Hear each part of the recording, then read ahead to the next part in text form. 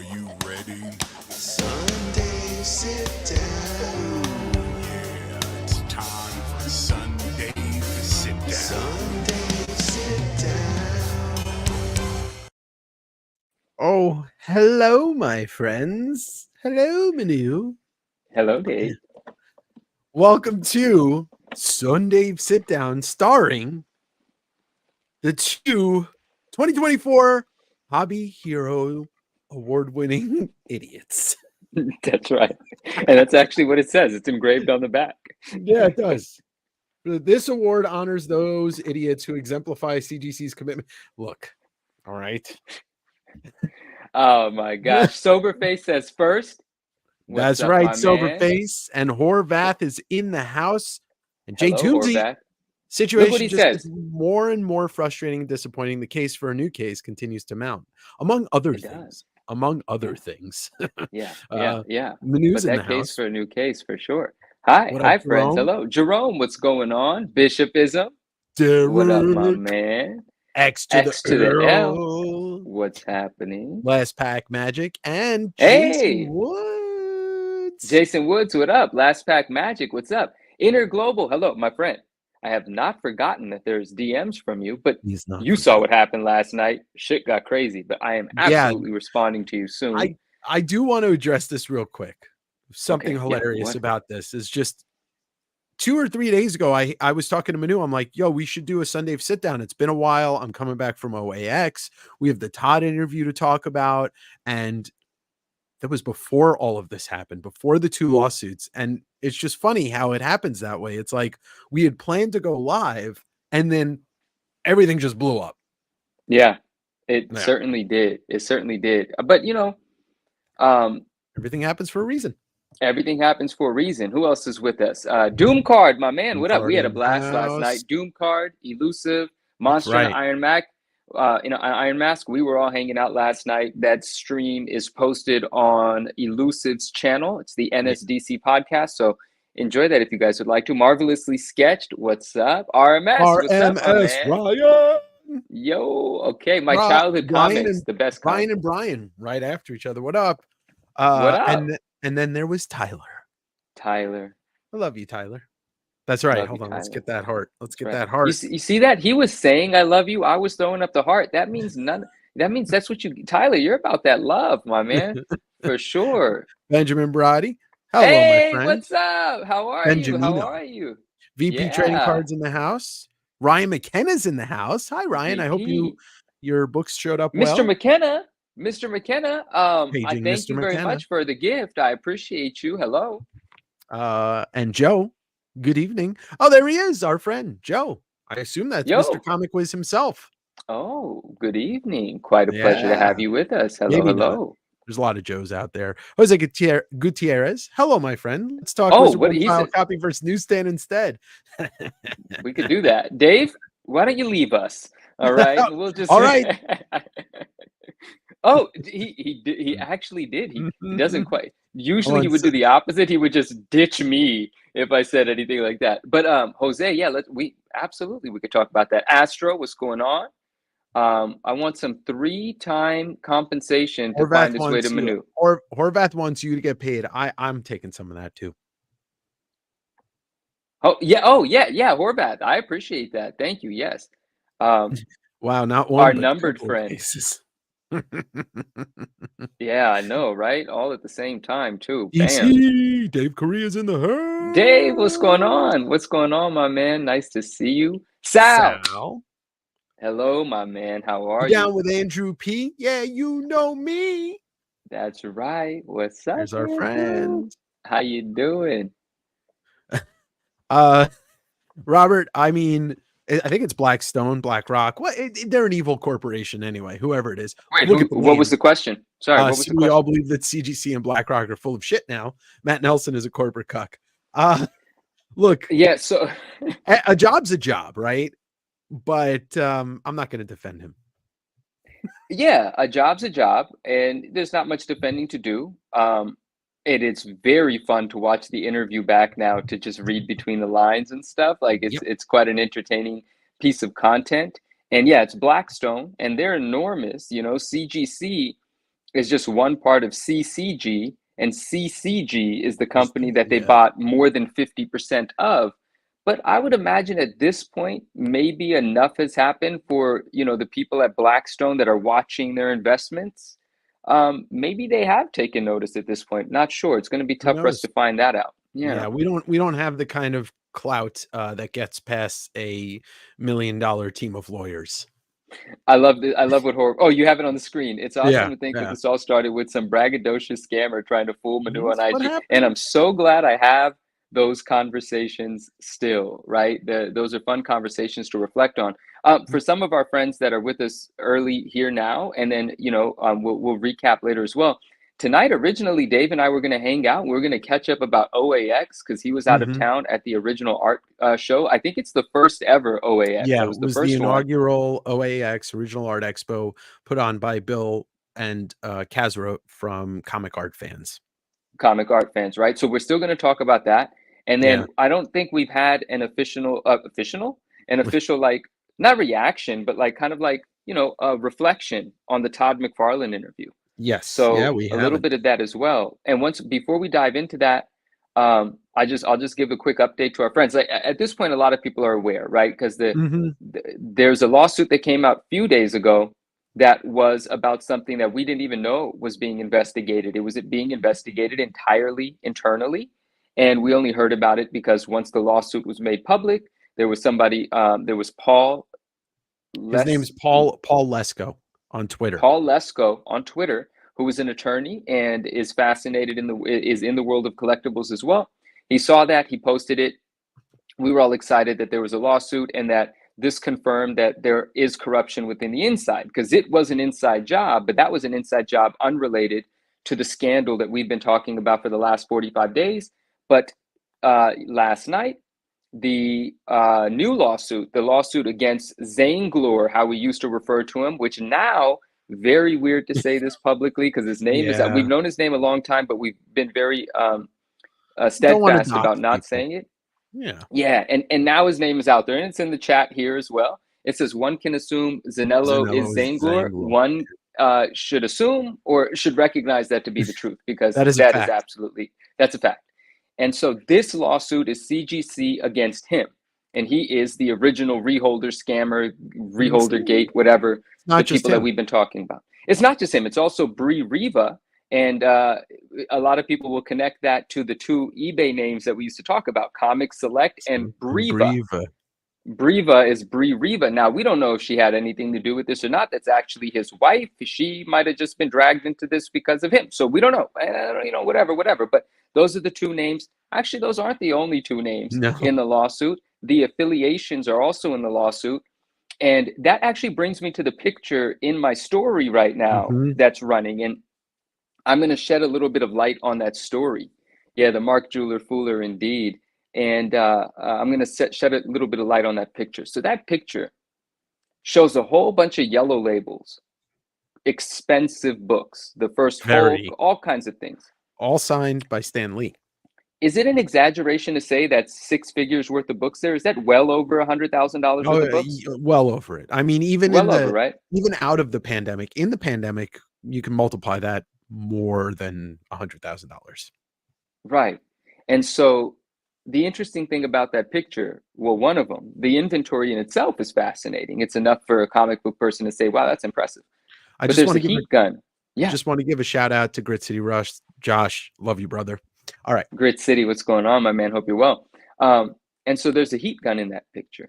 Yes. And now there was a stream that Keep It Thorough did a few weeks ago where people brought this picture to him. And this picture was from a comic book store that had affiliations with Zanglor. And I didn't publicly say the name of this place, but people on the internet did. And Keep It Thorough showed that picture and said, you guys notice anything? And the keen eyes immediately were like, oh shit, that's not a blow dryer, that's a heat gun. And there's absolutely no reason for a heat gun to be there. And we've spoken to other people that are deep in the world of cracking slabs and pressing.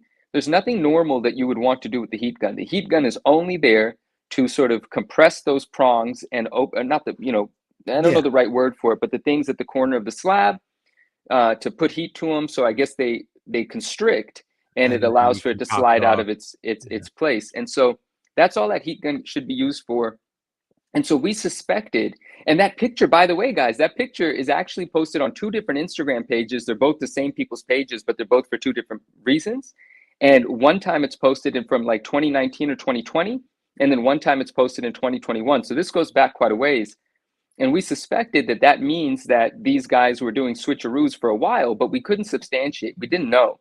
And even with this lawsuit out, it names that comic book shop as somebody that Zanello worked with and used their CGC dealer account to submit books, but it doesn't say they're affiliated in any other way. So we don't want to, go too crazy there, but now it's publicly been said, and it's on record. So Zanello did used to work with that shop, and so on and so forth. And it really is very interesting that also in the lawsuit, it cites that there are 2,000 books that were submitted through Yeah. Zanello's account and this comic book shop's account. 2,000 books. The list is only 350 books, but there were actually 369 reholders, but only 350 made the list. And the other 2,000 are not in the clear. There could be, chances are there are clean submissions, but it also makes note in that lawsuit that many books, in some cases, were never sent through the reholder process. They were just submitted. switched out and sold. Not even Yeah, submitted. switched out. They were No, just but switched out. Submitted originally, switched out Yeah, from yeah. another. Yeah. An originally encapsulated book with a lower grade one switched out, and not even go through the reholder, just reseal the case and sell it. And that was done. And that's preying on the CGC guarantee. That's exactly what they're preying upon. And so look, I we knew for a long time that they were under suspicion, and me and you and other friends have had conversations about how they were able to do this. And I think it's safe to say with these 2,000 books, 2,000 plus books, CGC hasn't had the time to investigate them all. Like, the manpower just doesn't exist to have done it in this month and change period. But I think we will, and I hope. I shouldn't say I think. I hope that we get an updated list. And I want to give some proper shout outs. Couple people. We already said Paul Lesko on Twitter for bringing these lawsuits up, and Derek Neiman for Derek Neiman. Thank you. Yeah. And Comic Wiz, our friend, has been I don't even know what the proper word is. He's like the watch. He's the watcher. Like, he's been doing all of this and kind of putting together all this data, and the CGC boards really have so much. They get so much of this credit on the post work. After you posted it, we went live, and this became a big thing. The Ryan, don't say that. Yeah, don't say that, right? The CGC forums really does get a huge shout out and credit, but Comic Wiz, he's like Sherlock Holmes. And nobody's getting Manu's address. But I don't know. Is CGC, how do they recover from this? I think the transparency really needs to be increased, because look, I'm not defending them in any way, shape, or form, but they were clearly blindsided by this. The court documents show they had no clue until we brought it to light. Like, it's actually names my Instagram page in the court document. So it's like, look, I mean, you can, there's no way to be ultra vigilant and find this stuff happening everywhere, but this is just it reaffirms like how we have to really be questioning who we buy books from, because it's only, and this is pure speculation, but it's only a matter of time before somebody figures out how these yellow label books were created. Because even if you swapped out a book, there's still a signature on that book, and all somebody has to do is take one of those books. Look, I'm not advocating ruining your books, but if you bought a yellow label autographed book from one of these characters, whether it be Brooklyn, Zanello, whatever, I think you really need to get that looked at. Yeah. Maybe I don't think a doctor, not in that way, not like a skin tag or something. You really need to have that autograph looked at, because all we need is one of those books to be shown as fake signatures. Yeah. Everything's going to start tumbling, and you're going to see a lot more books on a lot more lists. I mean, it's And kind of likely that there's some fake signatures that have came out. I mean, we don't know, but it seems pretty damn likely, man. And that's the whole thing with this. Me and Manu and a couple of other friends have known a lot of this information, but it was all speculative. And as I don't do speculation on comics on this channel, I sure as fuck won't be doing speculation on who's selling what illegally or falsely, because I'm not gonna put my foot in my mouth, because I do that enough as it is. Yeah, let's take this out of the universe and remove this from the screen. I love you, Sal, but I do not want to show up in no courtroom. Branded Art, what up? Shocking and appalling news here, guys. Yeah, no, it's there's a lot happening very quickly, a lot coming to light, which it needed to. We're not witnesses. I mean, we didn't witness anything. Look, in another life, this guy right here was a witness in a big court case involving a WWF wrestler. And it was one day in my life. But I actually witnessed something, versus I just, partially helped bring this all to light and find this out. Stanley is one of the easiest signatures to counterfeit. 100%. He's, it's a target like Jordan or LeBron or, stuff like that. He's a target signature for counterfeit signatures. Manu goes to Washington. I don't think they get summoned, but any evidence will likely request the messages. Yeah, that might be the only thing that they ask you to send the screenshot. Yeah, they could have them. I mean, I've shared them publicly as it is. They can certainly have them, and people will still continue to use CGC always and forever. Well, there's definitely going to be continued usage of CGC always and forever. We don't know. Like, this is the most their reputation has taken a couple of punches and publicly in recent years. And the sentiment is shaky. If the sentiment wasn't shaky, we wouldn't have had discounts or those price adjustments they announced the other day. Like, those sorts of things to be nice to the community wouldn't have happened. Somebody said something interesting, or a few people did. I think this message came in, and maybe I saw it just on my lock screen, or was it a comment? I don't remember, but I saw something, and someone said, this is probably why they were so nice at MegaCon to everybody, right? Because all of this shit is happening. So they're like being extra polite in person. I would imagine so. Yeah. I mean, look, this company they need a major overhaul, in all their policies and all the things that they do. I mean, look, CBCS, once again, I'll bring it to light. They've had their problems, but for a grading company to sit there and do jack shit while all this is going on, instead of maybe trying to, get some new customers, it makes no sense to me. It's like ball's just sitting on the 1 yard line and everybody's staring at it. Yeah. And all CBCS has to do is pick it up and run with it, but they're just staring at it. And, look, most people know this. If you don't, and you don't have any history listening to me talk, I don't fucking like grading. I don't. I think it's bullshit. But as a seller, I'm not an idiot. I'm not going to be like, I'm not going to get books graded to make money, because people buy that stuff. Like the two books behind you? Exactly. The Spider-Man 14 and a 9.2 and the Spider-Man 4 and an 8.0. They're both available for sale. They are both available for sale.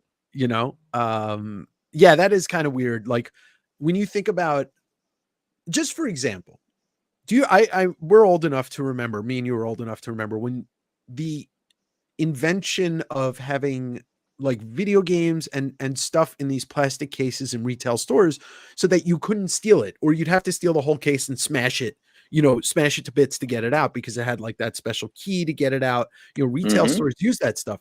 The fact that they don't have a case that is tamper evident, like, the whole thing is like, okay, you try and crack this out, it shatters the entire case. And then you can't do this. Like, this doesn't become a thing. And now we're going to face, and I don't want to get into the weeds yet on it, but we are going to face this thing where it's, you've brought this up. New case. Oh, you got to get your books reholdered. Oh, you got to give more money to CGC to get your books reholdered. I mean, and it's inevitable. It's absolutely inevitable. Look, I'm not going to, Armando, you don't have to worry. They're your books. Nobody's going to swap them out. They're your books that you're grading raw. We take all of this out of that. you're grading your raw books, you will never have to worry about those books not being what they were. I can't tell you that CGC is not going to damage the books, but you're not going to get a different book back. Hopefully.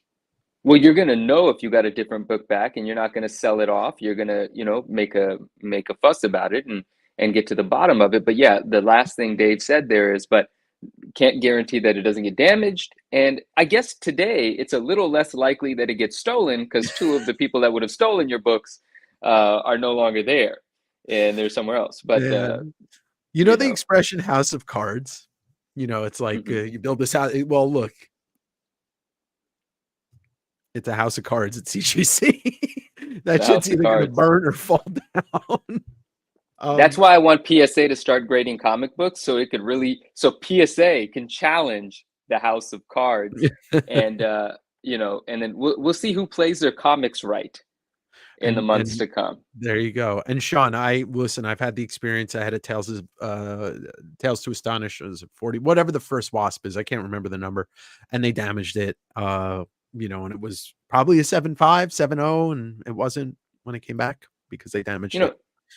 Trent says CBCS. I need to drink more water. CBCS made new labels and have taken shots at CGC. What else should they do? Well, first off, there's one of their faults. What's the point of taking shots? Like, you could have just advertised and maybe like not taken shots. There's certain things that you see, optics, right? And here, I'll give you an example. And I don't really give a fuck anymore about talking about these people online. Elite and Grails. When this all went down, Elite posted this statement about it and like what they do. And Grails posted their statement. And in their first page of the statement, instead of addressing the reholder scam, they took shots at Elite, looking like fucking children. And I'm a person. I represent myself and only myself. So if I want to call people out or say shit or talk shit, that's on me. But when you're a company doing it and it's the first fucking thing you do, you look like an asshole. And CBCS looks like fucking assholes. Instead of being professional about it and like advertising, maybe a promotion, maybe just showing off their things without taking shots, stop acting like fucking children. Because that's the world we live in. Maybe if you didn't act like a child, I would take you seriously, but I don't. Now, I completely understand where Dave's coming from, because the example that he gave, I agree with that example. The only place where I differ a little bit, and he probably knows this because I've said it, is I like that CBCS took shots. I agree with Soberface. Soberface says, if I were CBCS, I would have taken every shot in the world at CGC. Sure. And that's actually what I think. I think they could have taken more. I don't feel like they were disrespectful. I don't feel like they were childish. I feel like they actually could have done a bit more. I mean, it's fair. I don't know if it's fair in business when your competition is facing something bad. You're supposed to go for the kill. That's business. I get it.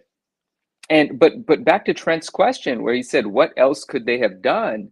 Well, that's the thing, right?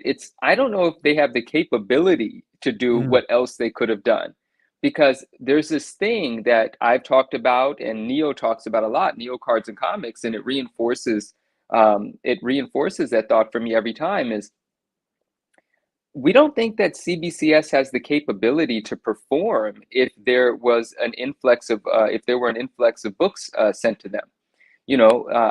I don't think they have the infrastructure that they would need if they got a decent percentage of CGC's business going that way. So I really don't know. I mean, they have a new case. They got a new label. They took a couple of shots. I don't know, some outreach. That's something that I've said, like maybe some actual outreach, like instead of waiting for business to come to you, go stir it up, go call a couple of influencers, get them to talk about your stuff. Maybe CBCS should have maybe offered a limited time discount to get some fresh orders through the door, Dude, and then we got to think. Reach out to people like us. Yeah, agreed. You want to change something? Agreed. Get the two people, and we're both outspoken about CGC, obviously. Yeah. And if they reached out to me and said, "Hey, Dave, we'd love to grade a couple of your books. let you see how we do. I mean, why not? Like, we're all in a small community that has a really loud echo. And, Yeah. you know, but that's the other thing. There's certain companies out there that think that because you have a YouTube channel that you want to represent their brand. And I'm like, I'm not going to do anything for a company here, especially if they're not doing anything for me. I'm sorry. I will shout out every comic book artist on here, every comic book writer, creatives. Those people, I will not ever ask them for something except to appear on the channel. But you're a company and you think that I'm going to give you some good, you know, I'm going to talk good about you, but you haven't done shit for me? Yeah, it doesn't work like that. I hear you. I missed one earlier, and I just want to talk to this really quickly. Robert Davis says, what about NGC and their coins? Do you think that maybe counterfeit coins are being put up for sale? I saw that. And I think there was, like, I don't know enough about it, but there was an NGC scandal not too long ago, and it was about cases being open and different shit being put in them. Yeah, yeah. We just not part of that world, so that ripple didn't hit us. You know, we didn't hear about it until this. Other people hit me up and said, "Yo, this happened in their other department too." I want to highlight what Amber said. Amber said, it's so sad that all comic collectors wanted was someone to come and give an honest grade and the comics they were buying. And now we're here. I mean, honestly, that's what it boils down to. People put trust in not just CGC, but the sellers who were selling these books. And all of that's been destroyed, stepped on, pissed on, and shit on. Pardon my Trent Reznor-ish description, but that's, you know, it is sad. And I at the bottom of this, I still feel terrible for everybody that bought one of these books, including our friends and the people that I don't even know, because at the end of the day, what these people did was they didn't just exploit a corporation. They exploited people that are buying this stuff. So Dave, is everything that we thought, like, not just you and I mean, everyone that we've communicated with, all of the people that we've engaged with and they've done digging, like, everything ended up being true? Like, there was an inside job element. Maybe it wasn't Zanglor, but there was still some bullshit happening inside. So there was an inside job. There's switcheroos. There's books being sold without going through the reholder process. That's happening. There's also the reholder flaw. That was happening. There's also employees the inside job, printing their own labels, stealing customer books. That's happening. Aside from that, the case isn't, you know, foolproof. Even if everything goes right, it could still damage a book within it. You have all of these things that have come to light. They're evidenced, and dude, everything that everyone was suspecting essentially is true. Now, even without the idea of like connecting names to it and timelines and dates, which is just kind of unnecessary. I mean, that's necessary for anyone that wants to take legal action or for any lawsuit. But for us, the community, to recognize what's wrong, we don't give a fuck about those details. We already know that the entire thing is fucked, and it's been proven, right? So now it really is about keeping the pressure on CGC in regards to our demands as a community. And if they can meet those demands, then we could potentially continue to do business with them. And if they don't meet those demands, well, then things have to change, as they are changing. And there is room for competition. We need someone else to come to market. I want to address what Jose said. A problem is not a problem without a solution. So what do we want? Tamper seals, new cases without tamper evident plastic. I want to say this before we go in too far. People are going to say, oh, don't grade books. That's not a solution, because there are people that want it. Okay. So, you know, for anybody that's watching this on the replay, you don't have to say it, because I don't give a shit. I don't grade my own books, but I grade books to sell. So you go over there and we're going to talk about people that want to grade their books. There needs to be transparency. Okay. So my idea to Matt, which I said, first of all, we need all those books photographed in every step of the way. We need to see what these books look like when they come in, what they look like when they go out. That absolves so much. Much. Right there. Simple step. A better case, just make it, look, I hate to say it, make it more like CBCS's case. It really is what it is. Labels, design, all that shit, I'll leave that to the graphic designers. I don't really care. Look, man, CBCS figured it out, and so did PSA. This is obviously not a comic book case, but you can't open these fucking things without ruining them, period. So whatever CBCS and these guys are doing, fucking do that. James, yes. So the inside job seemingly is unrelated. and most likely is because they filed that suit September, October, somewhere in there. And then it was, well, before we discovered the Zanello thing. And obviously that's what, I mean, the papers say it all, that they didn't know anything until you made the post. We go live, it blows up, and here we are. Yeah. So, so it's unrelated in the technical sense, but it's related in the sense that it's bullshit happening under CGC's watch. Exactly. In that sense, it's related. Exactly. Mattis is in the house. Want to say hi to Mattis. And Mattis, that reminds me, a couple of plugs. I have a Discord. Mattis runs it along with Anti-Pop Culture. The links for that are in my link tree below. So if you're into the chat room kind of vibe and you want to keep it going, the Discord is the place to go. And even though Manu and I used to have a podcast called It Came from the Newsstand, I have my own solo podcast now called Direct Edition, which is an homage to a newsstand, so you can find the links for that below. I'm going to be taking it off YouTube because I want to keep it separate. So Spotify, Apple, Google, Amazon, you can find all the links below, Direct Edition. And back to the non-plugs. Wait, you're not going to run Direct Edition episodes on YouTube anymore? Not until they separate them from YouTube Music. And this is why. It clogs up my feed. And now I'm double posting episodes. So like tomorrow I'm dropping the podcast, or Tuesday I'm dropping the podcast of the McFarlane interview, the audio. And then it would show up, it'll be on my YouTube page twice. And I don't like the way that looks. It doesn't work for me. Oh, okay. Yeah. Okay. But, and the other thing is, I want to keep that separate. It's going to become a very personal podcast. And I eventually want to turn it into a podcast where I can interview musicians, writers, like non-comic book people. And I may create its own YouTube channel, but I don't want it to be on the same channel as, the videos. Right. Yeah. Right. That makes sense. Yeah. Trent said we want things that should have been in place from the get-go. Any comic that's not a 10 needs notes as well. Oh yeah. Graders notes need to be everywhere. I don't even think a 10 should exist. So kill the 10 because there is no such thing as a perfect manufactured good. If a 9.8 and 9.8, 9.9 and 10. Yeah. Let's consolidate that shit. And graders notes. More but that Trent, that goes in with more transparency. It's all under the guise of transparency. Why are we not allowed to know what happens with our fucking stuff? It's ours. It doesn't belong to them. Why am I not allowed to know what's wrong with my book that didn't get a grade? Why did my book come back looking not like what it looked like when I sent it? It's mine. It's not yours, CGC. Why? Dude, Domino's tells me when my $9 pizza has exited the oven. Okay. Yeah.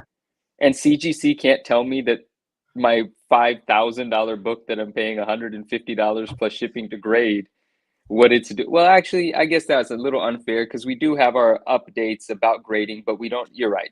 My analogy was to be funny, but it didn't really work. I got you. Transparency in the sense of first, wasn't there going to be a time, or didn't they announce that whoever graded our book was going to be like indicated, like we would know who inspected our book? It was supposed to be associated, right? Where the fuck did that go? What happened there?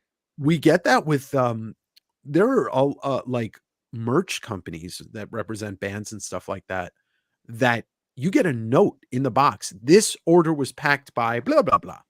Why? You're right. Why don't we have that? Well, maybe because their employees suck and they were stealing, so it wouldn't matter anyway.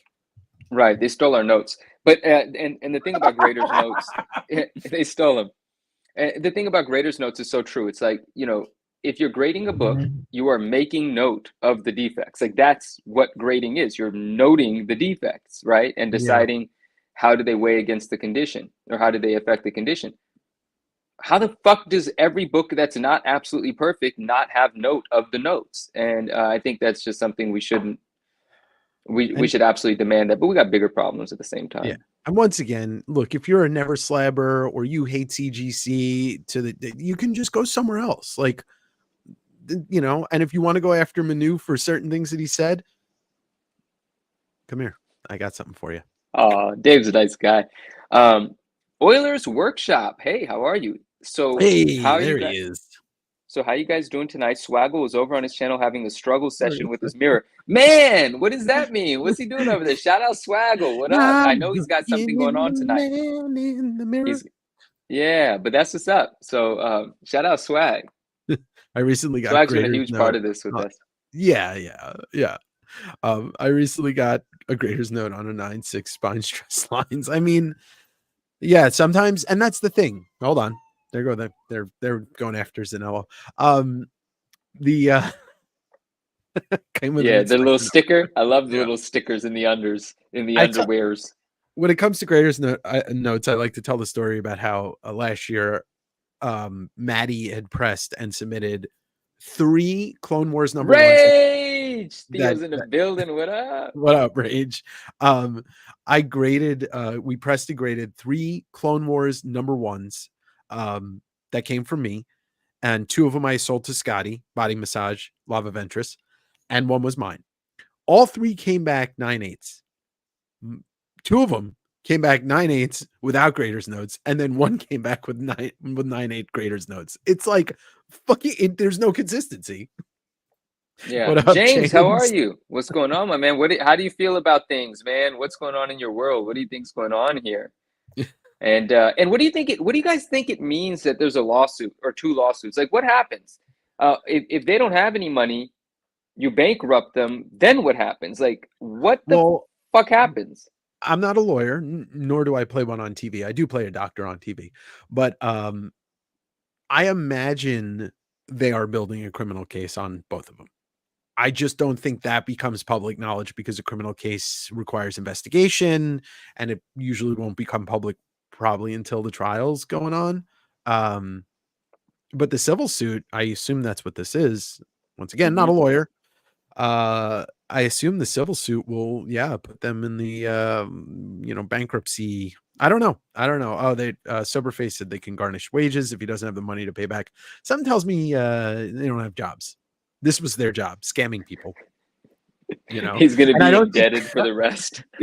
I don't think they get Social Security. I don't think they pay into, I mean, look, and I don't want to speculate on that because it's just, I don't know shit about that. I don't know shit about what CGC is doing. We only know that we were misled by Mr. Nelson in some ways. And what he didn't say kind of said a lot. But I will give him this.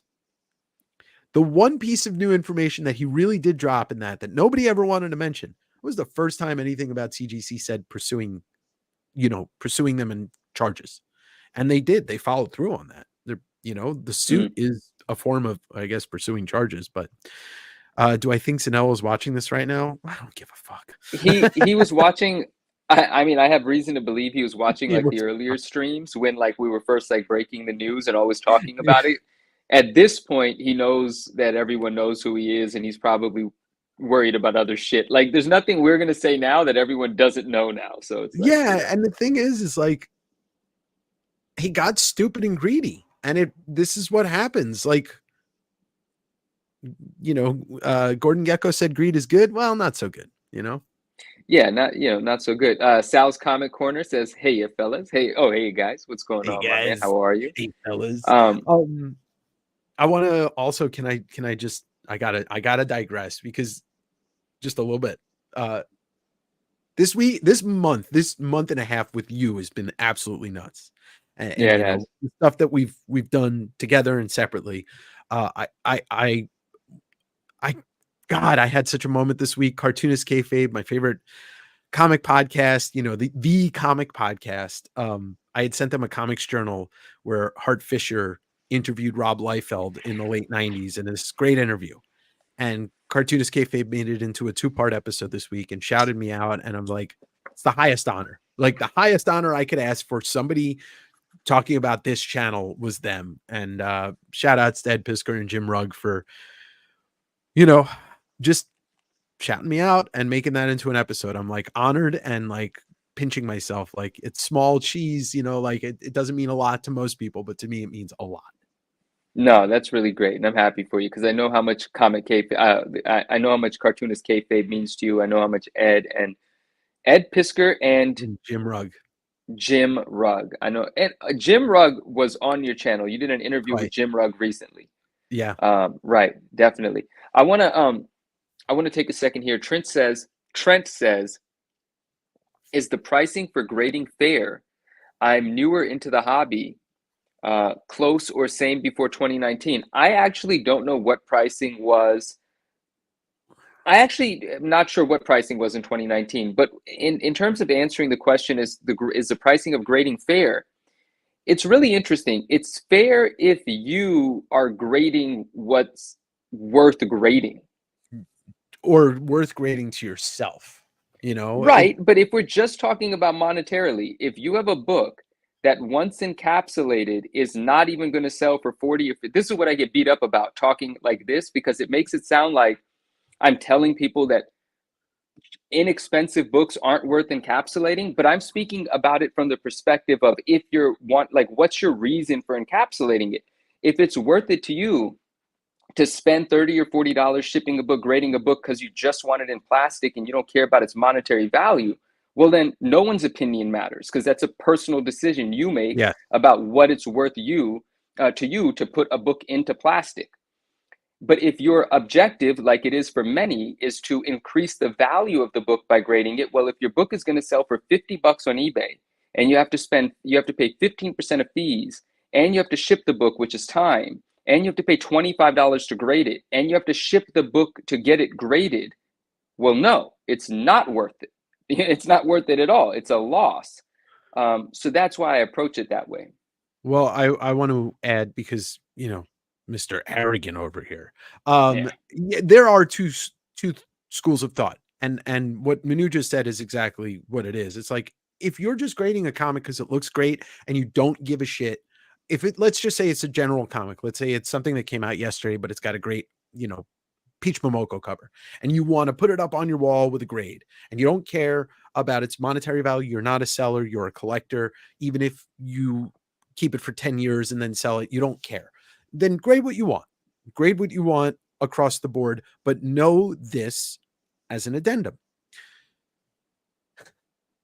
The junk wax era of trading cards, the late 80s, early 90s, overproduced, overcollected, and then saturated, and people tried to sell all that stuff, and it was worth nothing. And the same thing happened in comics in the 90s, and it was worth nothing. How many Turoks do I have? How many Turok number ones I have? 35. You know how much I paid for them? 50 cents each, because they're worth nothing.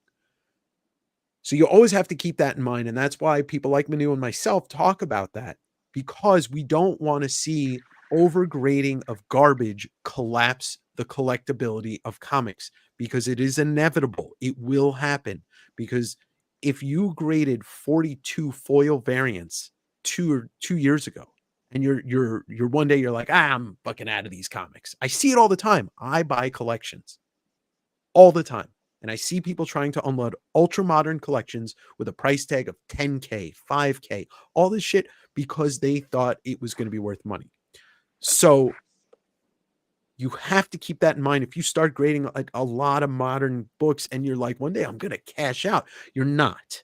It's just not going to happen. If you've got a dream, fuck your dream, is what Dave just said. Well, and so, right. So that's that school of thought. But if you're grading to resale, then sure, but do your research, know what you're grading first.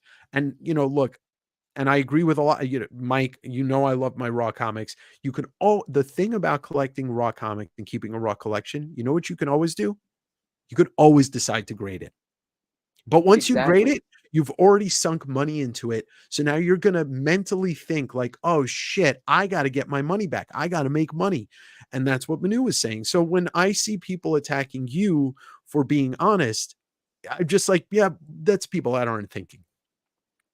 Yeah, I mean, and that's perfectly fine, you know, because at the end of the day, I'm sharing that opinion as something that I think is useful for someone to hear. You know, there's along the lines of what you said, there are plenty of scenarios where people have been grading, you know, their modern variants, things that they're enthusiastic about, and then they don't actually have an avenue to sell it, and then they try to go sell it to, like, you know, a comic book shop or a comic book seller in bulk. And they're met with this harsh reality. A lot of times, like I've seen this on Bry's channel. You know, Bry buys a lot of collections, and there are collections that come to Bry, and I'm pretty sure I've seen Bry say, like, I don't know what the hell this guy was thinking grading this bullshit. Like, he's going to lose his ass selling this collection to me, because I'm going to pay him 60% of fair market or whatever he does. And fair market for those books is less than the cost of encapsulating the books, right? And Yeah. if you're a novice grader, you might be sending a book to CGC and you're saying, well, if this is a 9.8, it's going to be worth $80 or $90.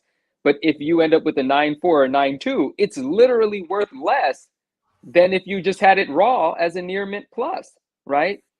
And so you have to practice caution. And then the other thing that I want to say is, just like Derek, I think it was Derek that put together that beautiful chart and sent it to Swaggle, and Swaggle broke it down on his video, that this humongous percentage of business that has been sent CGC's way in recent years is actually modern and ultra modern books. So we have to think about the fact that if we continue to conduct business with them where we don't actually profit from the business, but they profit from our sort of like needless grading, that actually creates this hubris that CGC has been operating with, this idea of we're too big to fail. No, even if we don't do right by certain sort of collectors, we're still going to make a bunch of money because people keep sending us things that, quite frankly, don't need to be sent to us. All of that should kind of be factored in. And I love the idea that if you love a book and one day it might be worth money, just keep it safe until it is, and then grade it when it's time to sell it. Sorry, you're excited about something. No, I was thinking about how I'm not into real estate and the market as much, but you said it while I was thinking it. You know, if you take the housing market bust in, 2000, whenever the hell that was, 2008, all these companies thought they were too big to fail, and they all failed, and everything failed. And it's the same thing. Markets will burst if you pump it up with a bunch of shit, and then everybody's going to have shit. And I'm not trying to say that you shouldn't grade the books, but if you're sitting with a bunch of fucking art germ $5 variants, don't grade them all if you're looking to sell them. All right. I just want to say James is correct. The world is not ending. I'm still buying collections like a madman, and comics are still selling. I had a very successful sale a week and a half ago where I sold 3 short boxes of books. So, I can't tell you to know that I have integrity. If you know I have integrity, then I do. Manu does, Maddie does, Rage does. Like, there are people that sell books that don't fuck with you. David said, I almost met Dave at Los Gatos, but you should never meet your heroes. Don't meet me, Dave, because then there's too many Daves on the dance floor. I'm gonna backtrack a little bit, and with James's message there, I agree. And it says at the end, stick to sellers with integrity, and that is what I love about this whole thing. The sellers with integrity get highlighted. Maurice said, now that these 2 lawsuits are out, those who found them on legal sites, can they check if there were other CGC versus scammer lawsuits? I believe so. I've never used those sites. I've never searched for lawsuits, but I believe you can. Yeah. And that'd be interesting for other people to check. I think it's behind a paywall, but I think most lawyers, like, those are the websites that lawyers subscribe to. Pacer.com, Pacer. Yeah, that's what people have been talking about. Ryan McKenna says, Manu, do you think you would have kept pressing the issue if it wasn't for the messaging with him? Well, let me think about that. So I messaged him initially before I knew anything about a scam. I just messaged him about the books that I found out he was selling, because I was like, that's crazy. And I had a question for him based on something interesting he said on a consignment page where he listed one of his books. And that's why I was like, this must be his book. Or he told me it was his book once I questioned what he said. And so I was just communicating with him based on that, but it already felt weird, the weird things that he was saying to me. When I found out that cert number that had sold, the 252 for 15.7, and then I saw that it had sold prior for 2,247, and I had a line of communication with him, I had the benefit of knowing who it was. I DM'd him just to congratulate him on the sale and ask, how did that happen? How did the $2,200 sale happen? And what he said to me didn't sell me. I was like, okay, sounds a little interesting. And then I realized something based on what he said, and I asked Dave to find the pictures because I had my suspicion. And then the pictures confirmed, and then I stopped speaking to him. So the reason I answered that in that way is I'm just thinking, I haven't answered it yet, but you said, do you think you would have kept pressing the issue? I think I didn't, the messaging had nothing to do with it, or it just all happened at the same time. I don't even have that thought. Yeah, I don't know how to answer that. Yes. It was also, your love for certain types of books. I mean, we both love Mark Jewelers, but you're the high grade Mark Jeweler guy. I'm just the jewel hunter. And, it's like you fucked with a book that Manu really likes. That's what happened. Even if I didn't know him and didn't talk to him, the what I saw with that book and the cert number and the picture that I got from Dave would have been enough for me to make the post. Even if I didn't know who was involved, I would have been like, guys, what the fuck is happening here? Look at these two books, same cert, different book. So it still would have happened, but we wouldn't have had that entertainment of those weird ass messages from him prior, because I had communication with him because I knew who he was. Let me say hi to Dave Walker. There's a bunch of Daves in here, so I like my Daves. And Oilers Workshop, I love that you sell monthly $10,000 books but buy Domino's pizza. You don't even understand how much of a trash panda this dude really is, you know. Yeah, I love that. Yeah, that's true. I do. Yes. I won't even eat Domino's. I won't eat Domino's. I might eat Domino's tonight after the stream. They're open till midnight, I think. I might order me but to get the pizza for $6.99, you have to order 2 things to use the coupon. So it still ends up being $25 to get a couple of $7 things. You still got to pay the delivery fee too. See, it's pricey. It's pricey, guys. Spawn Mike is saying to call for a boycott of CBC and CGC and CBCS. The problem is that you've got dealers out there that spend, you know, $50,000 a month with the company or whatever. You know, they submit. Though it's not us that need to boycott it to hurt their wallets. It's you know, it's the big boys, and then the big boys can make a change, but that you know, little guys can't do it. I mean, I haven't graded anything with them since those 2 books on the wall, which was before the thing. And I know Manu hasn't graded anything with them since those 2 Malibu Suns, which we graded around the same time. Your Malibu Suns and my ASMs, we graded those before, like early. I only December, graded 1 Malibu Sun in the last month. Yeah, just the 9.6 error. The other 2 were like 2 months ago. Yeah. Josh is like, yeah, it's that low key product placement. Hey, Domino's, you want to give him all the free pizzas? Go ahead. Don't give me any of that. Yeah, I only anyway.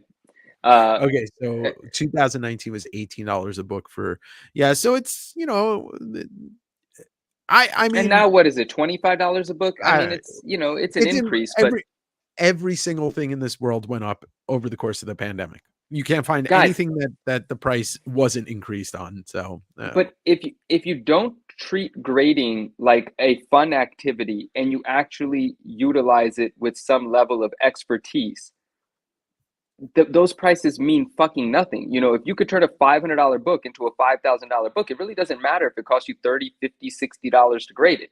You know, if you're utilizing the system when there's actually an equity that's going to be established by achieving the grade, that's why a lot of us say we don't give a fuck about the prices being cut 15%. We don't give a shit if you raise the fucking prices.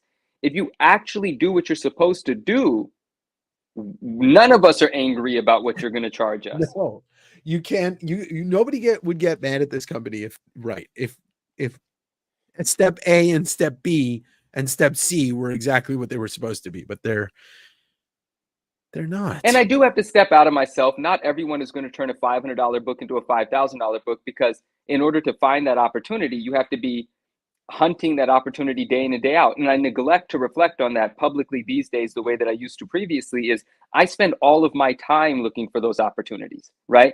And I only utilize a grading company when I've materialized an opportunity to do so. A lot of people are casual and just having a good time, and I have to do a better job of recognizing that and understanding that. But even those individuals that enjoy this and grade more than I do should still be cautious of, or should still be concerned about making wise grading decisions. Because who the fuck wants to lose money? It's not about wise or not. Who the fuck wants to lose money? It doesn't make sense. And you should just be making wise decisions about what you buy too.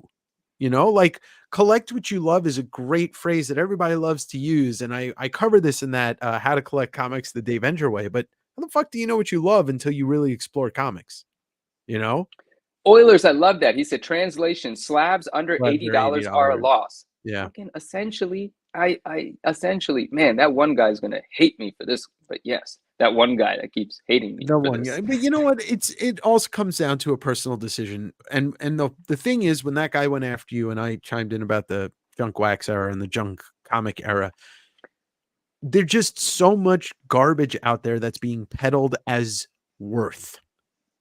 You know, reprints, foil, exclusive covers, like, just don't.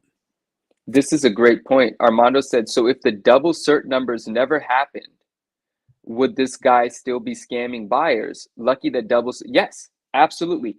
If that previous sale of that cert number, when that book was not a Mark Jewelers, when it was a newsstand and the cert number was associated with a 9.8 Newsstand, that sale was in the newsstand column of GPA, the pricing service. When that cert number got reorganized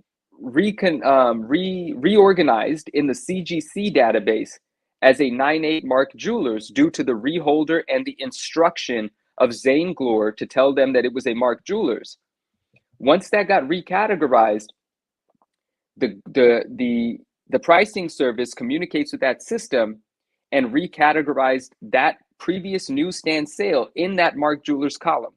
If that one thing had not happened, if those systems did not, if they didn't successfully communicate, which is what the scammer did not count on, if that wouldn't have happened, this would not have come to light. Yeah. Yeah. I mean, shit just happens. You never know how it's going to happen, and it just happens. All right, look, 56 minutes in. Let's turn the dial a little bit. I'm getting a little sore in the brain talking about these fuckers. So today I dropped a video, and that video was my recap of OAX, which is the first ever original art expo run by Bill Cox and Kazra. I don't know Kazra's last name, but that was in Orlando, Florida. And so I did an hour recap on it. But man, Manu, I know you're not a convention guy, but I'm an art guy. But you are an art guy, and what a pleasure it was to really just take in everything that's in there, for sale, for not for sale. They had a great guest list. And it was like an old school comic convention where you had room to move around. It was comfortable. You could have conversations with the artists. I mean, literally the first person I went up to was Bill Morrison, who is a longtime Simpsons artist. You know, he co-founded Bongo Comics, and he did, you know, all the books that we're very familiar with, and had a really nice conversation. I got my Radioactive Man 1000, which is a Spawn 1 homage, signed. I love that. Yeah, that's awesome. And then I bought a prelim for one of the Treehouse of Horrors. So this is his prelim pencils for Treehouse of Horrors number 8. Hopefully we'll be having him on the channel.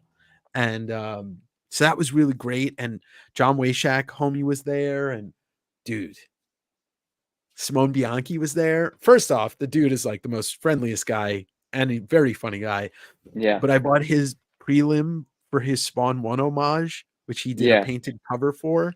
Look at this. That's amazing. Hey, so he had the 8 homage as well? Yeah. I couldn't buy it. Who bought that? Who bought the 8? Nobody. Ooh. I can connect you with his guy.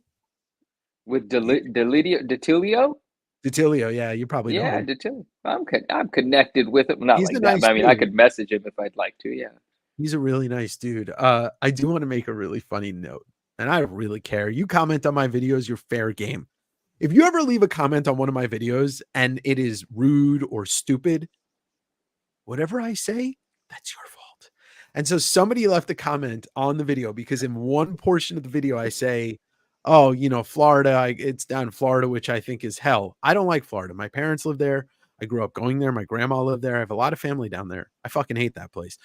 And look, when I say that, if you live in that state, that doesn't mean I hate you. You are not the place that you live in. But somebody from a 55-minute video took that one thing that was 4 seconds and decided to comment, Dave, why is Florida hell? And I'm not going to get into a debate with somebody in the comments, but man, I'll just go with one thing.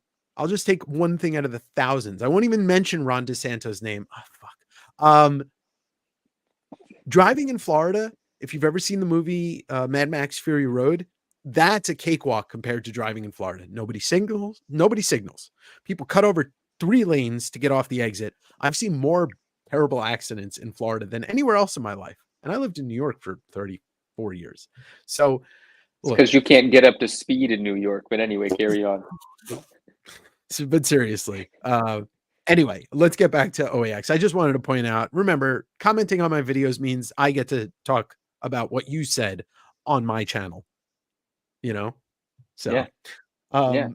so Simone was fantastic. Such a great guy. And like, he was He's a drawing his character. ass Yeah. off, painting his ass off all weekend. And, you know, what else did I get? Adam Hughes was there. I got a nice little sketch from him, but I forgot my sketchbook. So John Wayshak was there, homie. He's been on the channel before a long, long time ago. And you guys, you know, Manu knows we're not big modern card collectors, but John has a bunch of cards in the new Midnight Suns set. Man, that And set's got some beautiful art in it. it does. It's all original art, I believe. And you know, Justin was Except there. the inserts, but yeah. Okay, yeah, the inserts. Justin was there, our friend Spidey Hits. If you're not subscribed to his channel, please do. And Justin was kind enough. I mean, we all know that Justin's one of the most generous people out there, but he was kind enough to give me a whole bunch of Wayshak cards. So I got a bunch signed by John. There's the Scarecrow one and the Vengeance one, and we'll talk about that in a second. There's a numbered Vengeance one that I got signed by John. His Madeline Pryor is a thing of beauty. And his Howard the Duck is also a thing of beauty. You know, so that's dope. In the live auction portion of OAX on Saturday night, I made it my goal to bid and win this, which is John's original painting for that Vengeance card. Wow. Yeah, I'm jealous of myself for owning this. That's amazing. That's the best kind of jealousy. That's so good. You should only compete with yourself, and you should only be envious of yourself. That's perfect. Yeah, and so I also won another piece. I'm gonna just take it out of the portfolio during the auction. Jeff Isherwood, who's a longtime comic artist. You know, I was bidding on stuff for fun, and then I realized that I really wanted this Catwoman illustration. Yeah. And the coolest thing, you see the penguin in the background there, but this is a Jeff Isherwood Catwoman, and it's got. Can you take it? Can you make yourself big screen real quick? I want to. Yeah, I want to kind of. Thanks. I want to see that. So it's got a little bit of the, you know, kind of the vibe that old school Catwoman mixed with, you know, kind of like Jim Ballant mixed with Michelle Pfeiffer mixed with somebody I want to hang out with. So that's lovely. That's dope. Yeah, I won that in the auction. I guess I'll keep myself big for this. I didn't show it off yet, Daryl. What else did we get? Okay, so Wayshak also, he did a story. He did a story in the December issue of Creepshow, and it was a Christmas story, and I bought one of his original pages from that. So this is an actual comic Creepshow? From Creepshow, yeah, the comic, which his story in there is fantastic, and this is a page that I knew that I wanted to own when I read the book. So nice. That I bought directly from John. And what else did I get here? Ooh, Jim Mahfood, who you may know, you may not know. He has his own book called Girl Scouts, but he did Tank Girl for a while. He's a dope illustrator. He did this, which was from a stream on. Yeah, this is from a stream on Ink Pulp podcast. I forget what it's called, but he inked over Mike Mignola's pencils. And this is a tribute to Jack Kirby because Grog is a Jack Kirby monster. So, and as a little sneak preview, Jim Mahfood going to be on the channel next week. Already scheduled? Yes, we scheduled a chat. It's going to be taped, and it'll be probably 2 weeks from now. It'll air. I got to meet, not like a celebrity, but Scott Wingo was there, and he's a big Todd McFarlane collector. But he had some stuff for sale in his portfolio, and I bought this double-page spread. Daniel Warren Johnson, who's the artist behind Transformers, Murder Falcon, Do a Power Bomb. This is a double-page spread from Ghost Fleet, and I'm just going to pretend that this is an Optimus Prime prototype. Right. So there's that. What else we got? Oh, that's something I'll show this week. It's going to be a giveaway. Okay, so a couple other pieces that people are okay, so it's Ink Pulp with Matteo Scalera. Okay. Eric Grove, also a friend that we know from Spidey Hits channel. He did this Wolverine that I bought from him. Wow. Absolutely stunning. Wow. Yeah. Shout out Eric Grove. Yeah, Eric's good dude, and hopefully we'll be having David Finch on the channel too. Now, one of the most talked about pieces and one of the most talked about artists at OAX, and I admittedly did not know his name until Dinesh showed me, you got to check this guy's art out. And it's Mannix Abrera. And I had Mannix do this Galactus piece.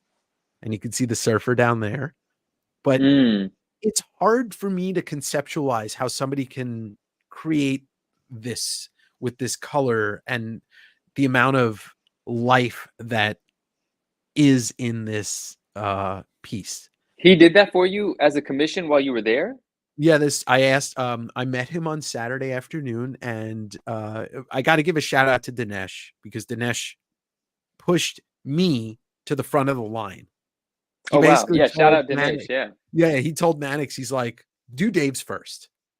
And so, yeah, I got this. He finished it on Sunday afternoon. Mannix, if you're watching this, I appreciate you. And I'm going to try and, we talked about having him on the channel. I believe he's Filipino.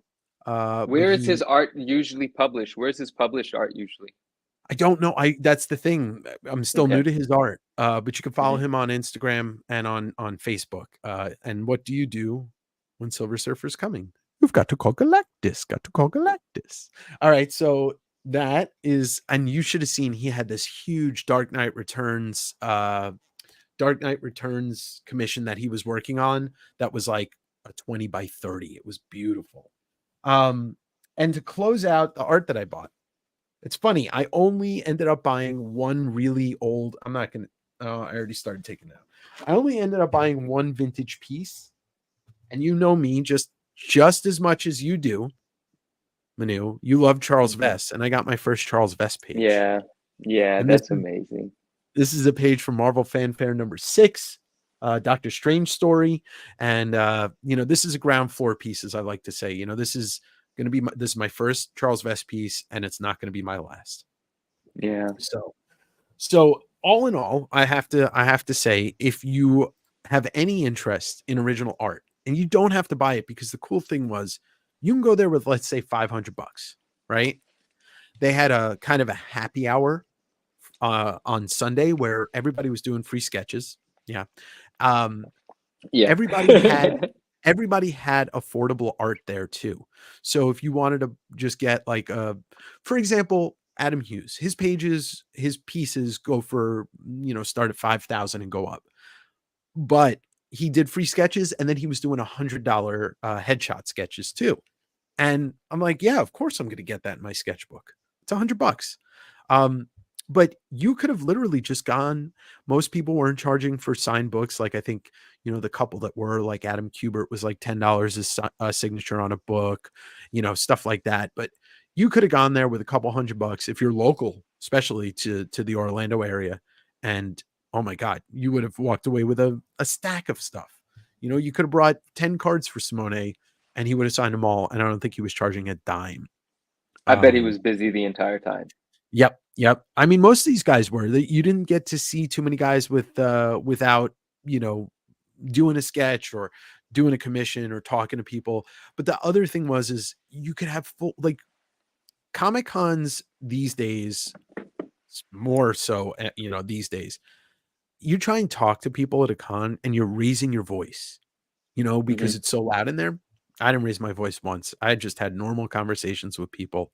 So I mean, we're gonna talk more about this, but if you haven't watched the video, like I said, it's about 55 minutes long.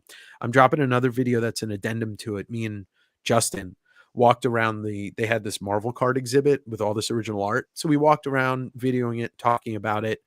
By the way, the Adam Kubert Wolverine art exhibit was unbelievable. Almost the entire issue of Wolverine 90 was there, which is this legendary comic where it's comprised of like these fold out 4-page spreads.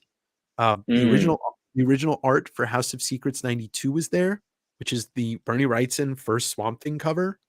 Everybody I know, including yourself and Epic Comicology, you guys lost your mind being in the presence of that thing. Let me tell you something. I don't see art and get choked up. I saw that. I didn't know it was going to be there. And I'm getting choked up thinking about it now. There's just something about it. It's like, if it's like, it stops you in your tracks because it's so fucking perfect. And there it is. It's right there. And like, not to put a monetary oh shit on it, but it's got to be worth $500,000 or $300,000.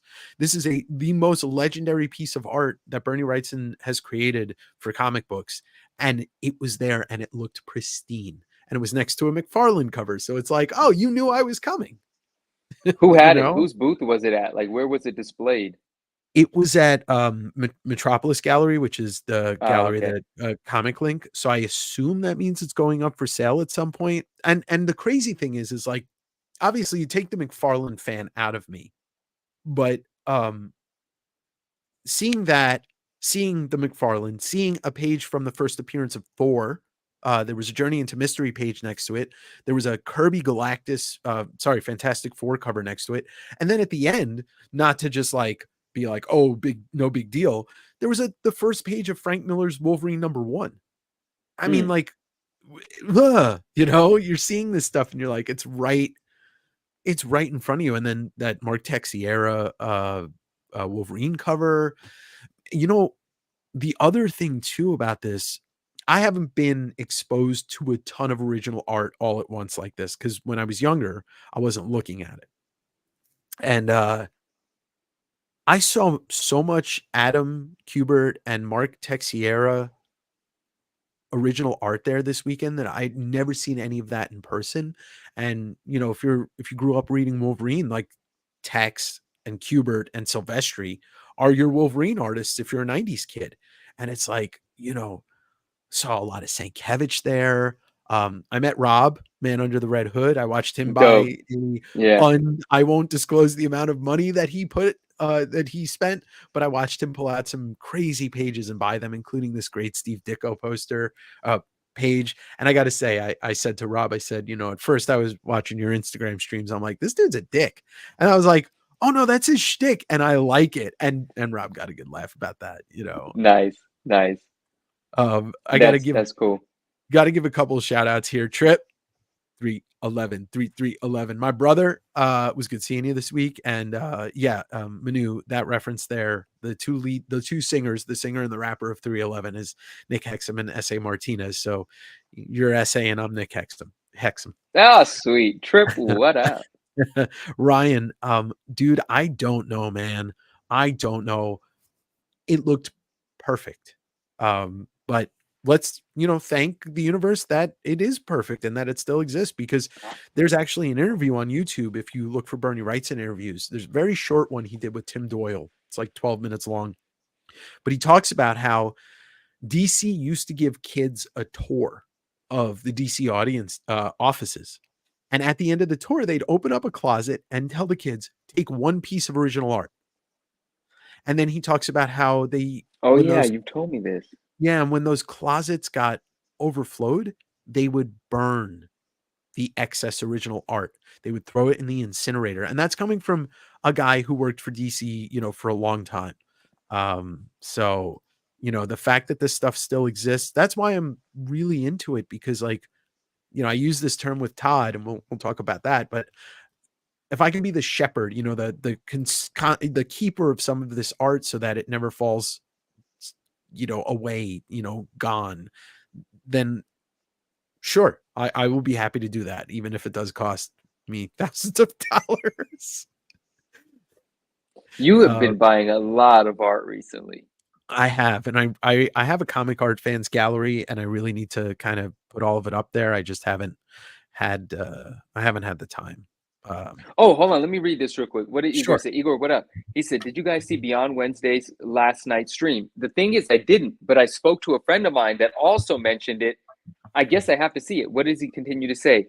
Dennis put out a brand new CGC scam by CGC employee Undergrade Gate, and made an interesting new accusation about. Oh yes, someone told me about this. So, but I thought they were pointing out maybe it was the something lawsuit that previously happened. Yeah, it might have been something that previously happened. I have to watch it anyway. Loosely, the way that it was explained to me was interesting, and you could correct me if I'm wrong, Igor. It was that I'm going to get pieces wrong. So everybody just know this is not accurate information. I'm just saying things which probably shouldn't. But the way it was communicated to me, there was someone that either worked at CGC previously that knew whose submissions they were working on, intentionally undergraded the books so that they could then find them for sale, buy them, and then re-encapsulate them as the grade that they could have achieved had they been correctly graded. Now, I'm probably wrong, but I probably got pieces of it right. But I have to rewatch McClay's stream or watch it for the first time because I want to hear that story. Igor, is that even remotely close? He said yes. That is fucking yes. gnarly. Okay. Shit. Oilers, yeah. Rob is a great dude. You know, its first impressions were different and Pretty close. You know, Timothy says pretty close. Thanks, my man. Pretty close. See. Okay. Where do I store my comic card? I just keep them in portfolios. I don't have the space to frame everything. But yeah, I just keep stuff in portfolios for now. That way I can look at it and, you know, I don't have to worry about anything happening to it because they're in portfolios for now. Eventually I will be buying a space station and I will store all my art up in space. A Space Station 5. Igor says he was working at CGC, then left, and now he's back at CGC. This guy we're talking about. What the fuck? I have to watch the stream. But when you say, Igor, when you say it didn't come out yet, what didn't? The information shared was not public yet. Yeah, I got to watch it. Thank you for the reminder. And I'll leave myself an additional reminder. Hi, that's a great idea. The color guide collecting, it's cheaper. You're still getting some great art. I really want to get. I missed the chance to get any of the color guides for Akira that Steve Olive made available, but no, color guides are a fun way to collect without destroying your money, you know, your accounts. What's up, Cal? So yeah, OAX was fantastic, and I tell my parents all the time, like, why did you have to move to Florida? Out of all the places, nobody's gonna change my mind until the alligators take over. I mean, I was on a stream last night, and one of our friends was from Florida, and we still didn't hold back saying that I wouldn't. There was multiple people that were like, "We don't want to be in Florida." No, listen. You know what the most fucked up thing is? You want to hear something that's really stupid? I've never even fucking been there. You're not missing anything. I tell people all the time, if you're on the West Coast, just go to Palm Springs. It's the Florida for California, but it's better. Off topic. You gotta hold on an Albedo 2 for the first time. Oh, you got to hold one. Well, congratulations, Mattis. I hope you get one eventually. Actually, mine's being cleaned. Dakota wants to know what the prize piece of my collection is. I mean, it's the Todd pages, but if we take Todd out of it, either the Kirby that I bought, the Satan 6 page, or the Jamie Hewlett Deadline 3, which is the third appearance of Tank Girl. And Jamie Hewlett, if you don't know who that is, friends, he is the creator of Tank Girl, and for the bigger mainstream audience, he co-created Gorillaz. VP is telling you Miami isn't Florida. Okay, no, Miami is Cuba, and I dig the vibe in Miami, but the whole state of Florida is just not my vibe. But yeah, Miami isn't Florida. I just don't like heat. That's all. Yeah. It's that simple. Simple. Dude, no, but it's the humidity. It's not the heat, it's the humidity. Like right. you can deal with heat as a human, especially if you live in it, then you just go from air conditioner to air conditioner. But fuck. There's Derek. Derek Neiman in the building. What up? Thank you for everything last night, my friend. Thank you for sharing all that information. Derek, I literally have no original art frame. I just have Prince frames. So I'm not the person to tell people about. All right, let's Mike, you know I've got problems with it, but I once I said, if I have a problem with the state, that doesn't mean I have a problem with you. And you know that you're you know what? Dude. Can I take everything I said back and just say I love Florida? And that way I don't have to be. Yeah, that way I don't have to. Yeah, I love Florida. I love Florida. And there you go, Mike. I'm seriously, I love New York, but I'll never go back as a resident. What are the chances? Oh, I actually love New York, but yes. Yeah. What are the chances if this trial Manu gets called to the stand? I mean, he's none. Zero chance. Yeah. I hope. First on of all, wood. Come on. you didn't witness anything. You just found it. You know, it's They not have like everything I know already. I put yeah. it out there. There's it. What do you need me to show up for? You need the stuff. I've already stuffed it. What? Yeah. I mean, I do plan on framing. I have some small art frame, but I don't have any of the pages just because they're all big and then frame they're bigger. Heat cowards will melt in the apocalypse. I don't know about that because I live in a state where there's mountains. So I'll just Mount Rainier melts, we're all fucked anyway. So they say if the snow on Mount Rainier ever melts completely, that Fuck. signifies that there is nothing left to be, look forward to. But look, I don't mind the heat. I just don't choose to live in it. What's up? Tough book. Get your suit ready, bro. Damn it, Pimpson. But All right. imagine Manu gets called up and gets to buy a Boss new suit. This guy, he probably owns 15 suits. He definitely can't be part of the jury.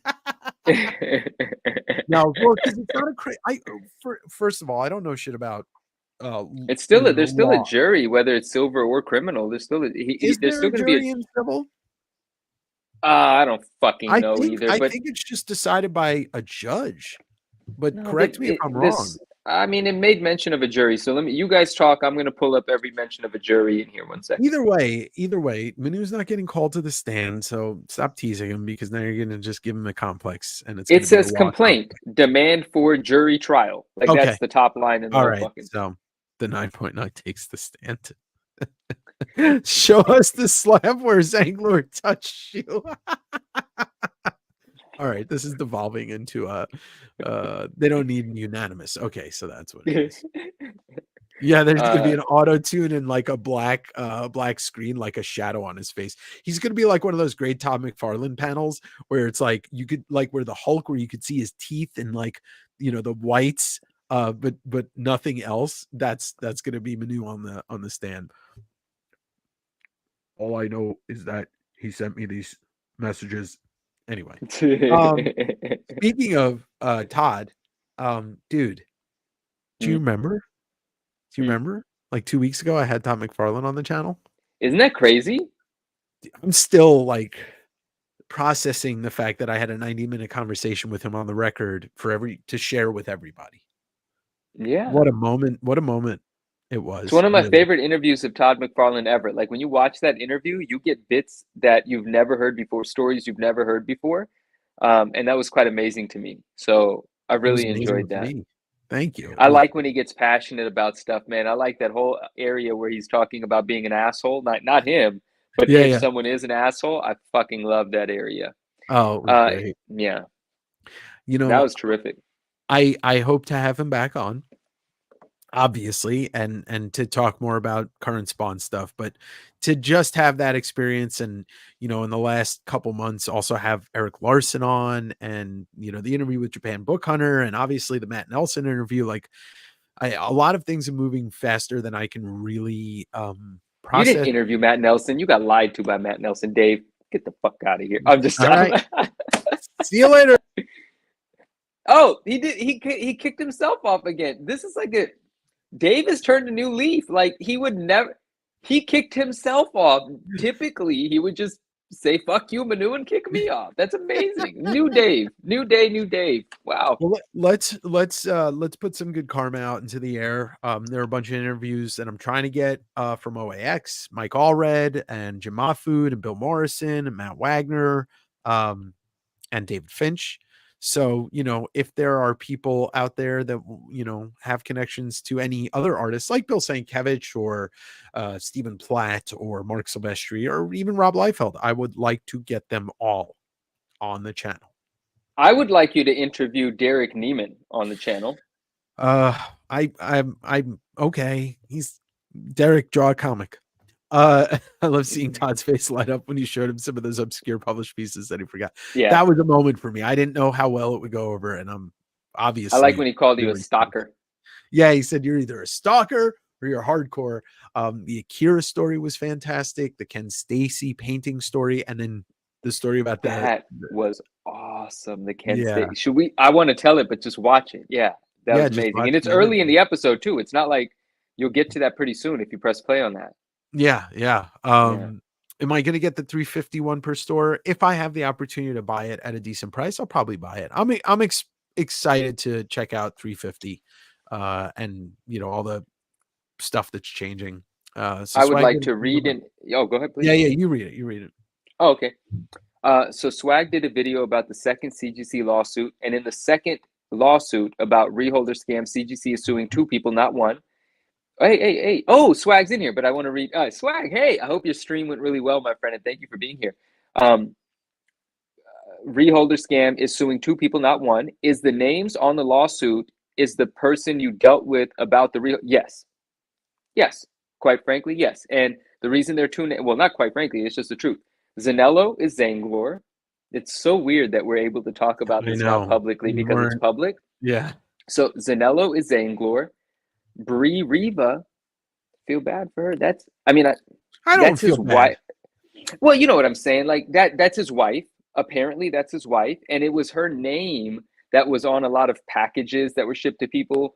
It's the other eBay account that was BRIVA or Briva 3. Yeah. That's an abbreviation for Bree Riva. Look. Right? And so that's why it's two people, because it's the two of them. And it was always two people. We just never were able to say it legally because it wasn't public yet. So yes. And the other thing is, like, sure, if he completely lied to her about the entirety of his income in life, sure, I feel bad for her.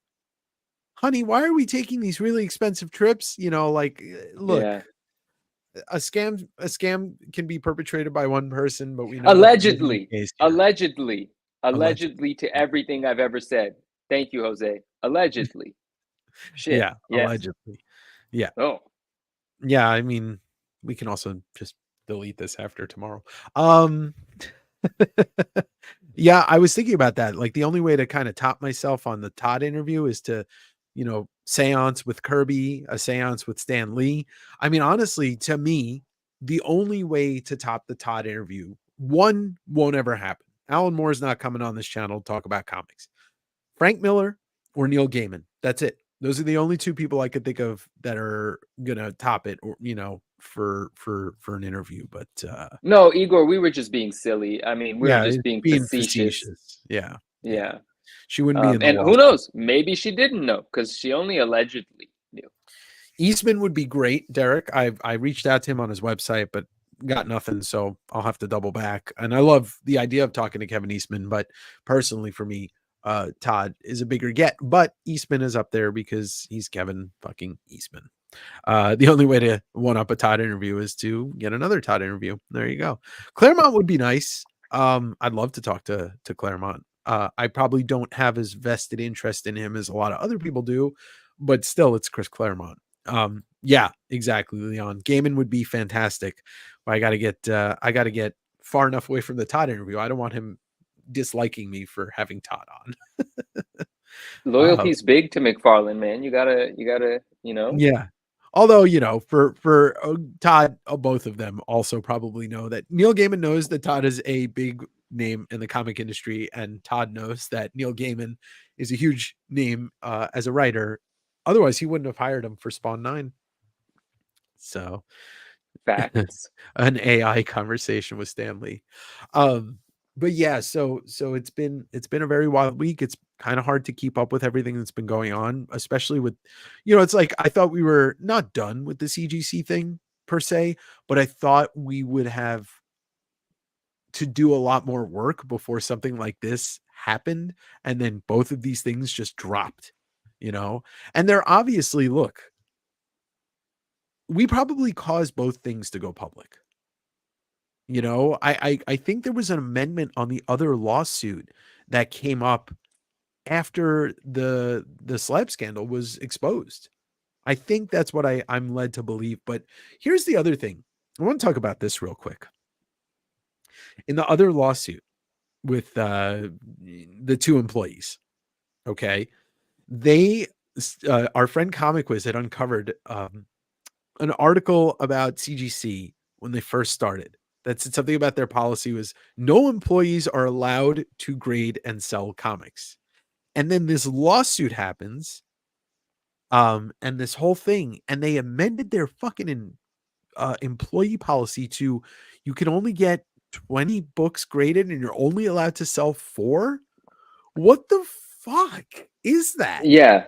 And they give you the 20 graded books free. That's free. That's your perk for being an employee, but you're only allowed to sell 4 graded books per year. It's just weird. It is very weird. It's like the weirdest employee perk I've ever heard in my life. Eggs Erroneous points out this great piece of dialogue in the legal document. On December 16th, a member of the comic book community with a large following, social media following, posted on Instagram a potential scam. I don't know who that could have been.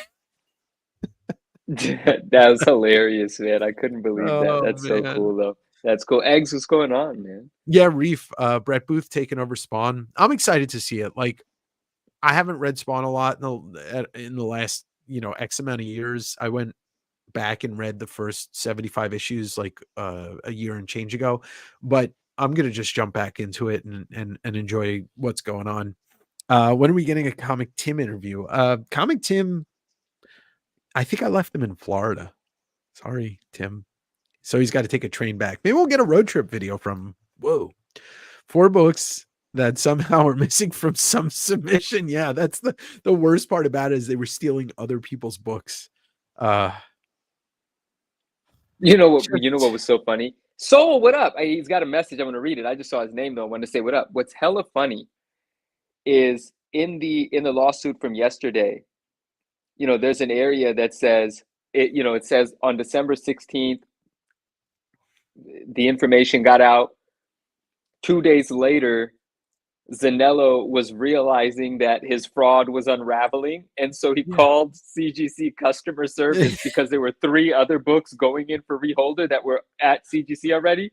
And he was like, let me try to beat them to it. I need my books back. I made a terrible mistake. I'm sweating bullets. Those are really valuable books. I fucked up. I need my submission back. It's just so funny to read that, him trying to clean up his mess that he knows is about to be exposed.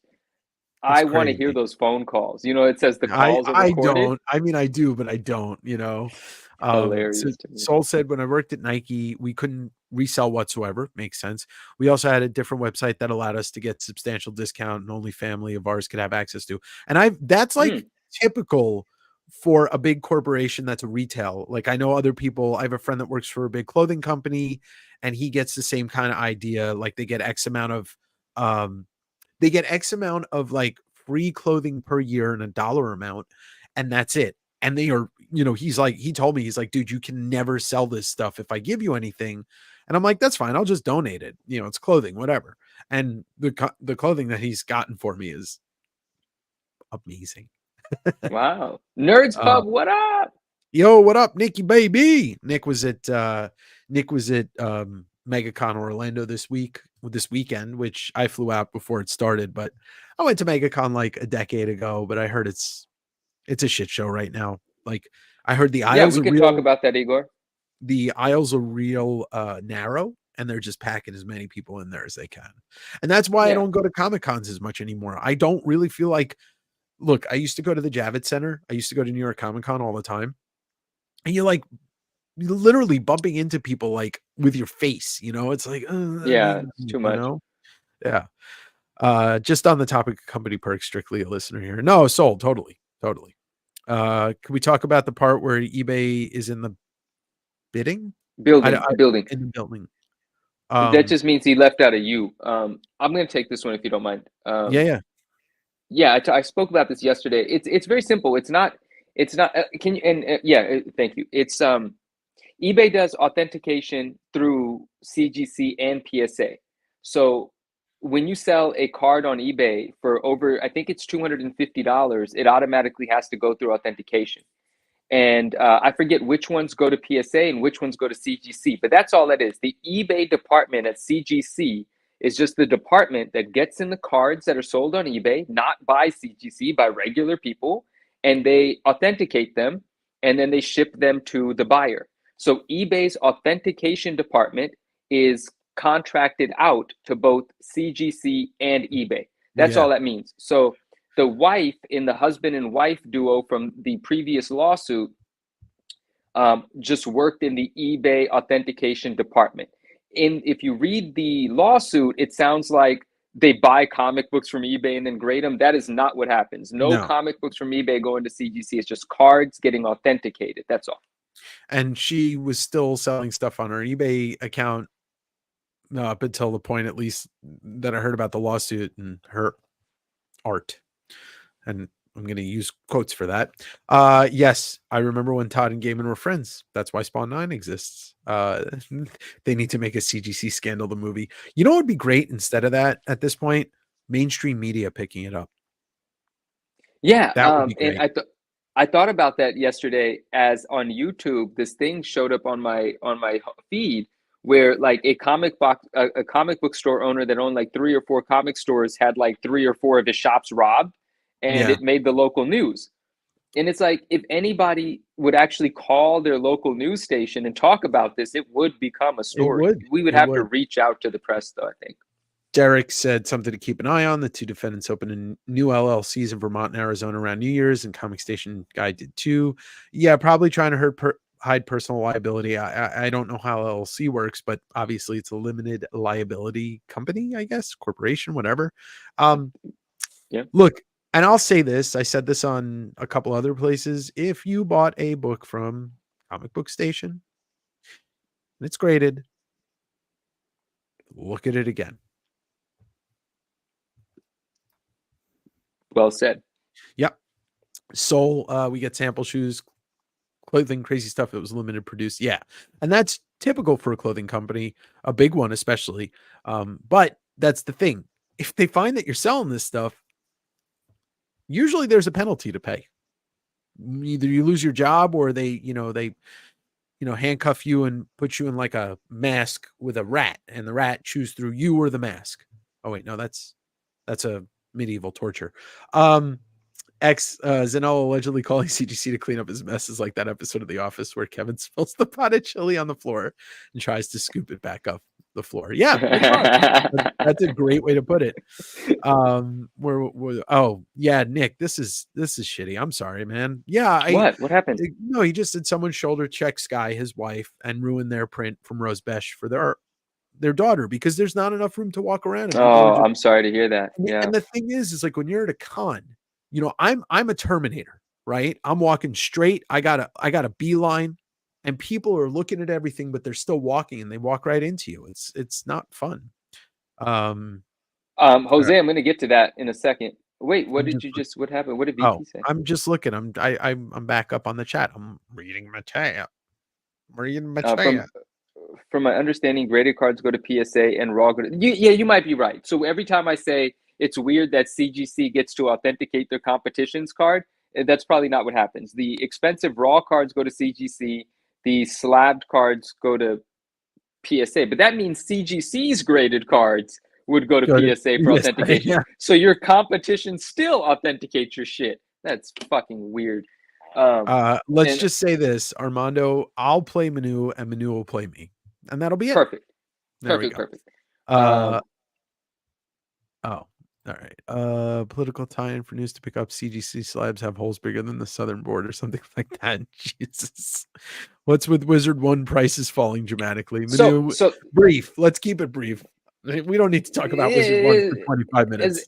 As brief as okay, Jose, we'll talk offline about this, but when you have a stupid person that grades every freaking wizard that they've ever kept in a warehouse and is dumb enough to think that they can keep the values up by lying about their sales, spreading out their sales initially, and then getting frustrated and sending like 50 of them to a shit auction house that sells damaged goods, and one after another, the same fucking books keep popping up.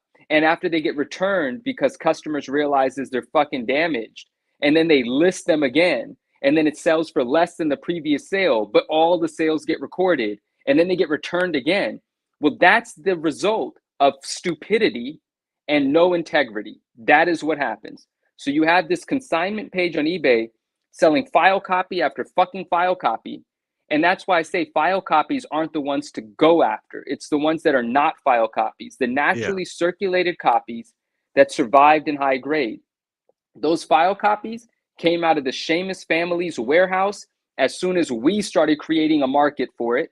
And then they saturated them. But they thought, this is so cool, we're going to get a file copy designation. They shot themselves in the foot. Special is only special if it's rare. If SDCCs, the SDCC Wizard ones, had only 3 9/8, and then he put 50 9/8 on there, 40 of them are file copies. File copies used to be this thing where if you had 100 of one book, you might have one file copy because one of the creators kept it back and later it came and got graded. When the majority of the file copies, the reverse is what's happening now. The non-file copy is the one that fucking matters.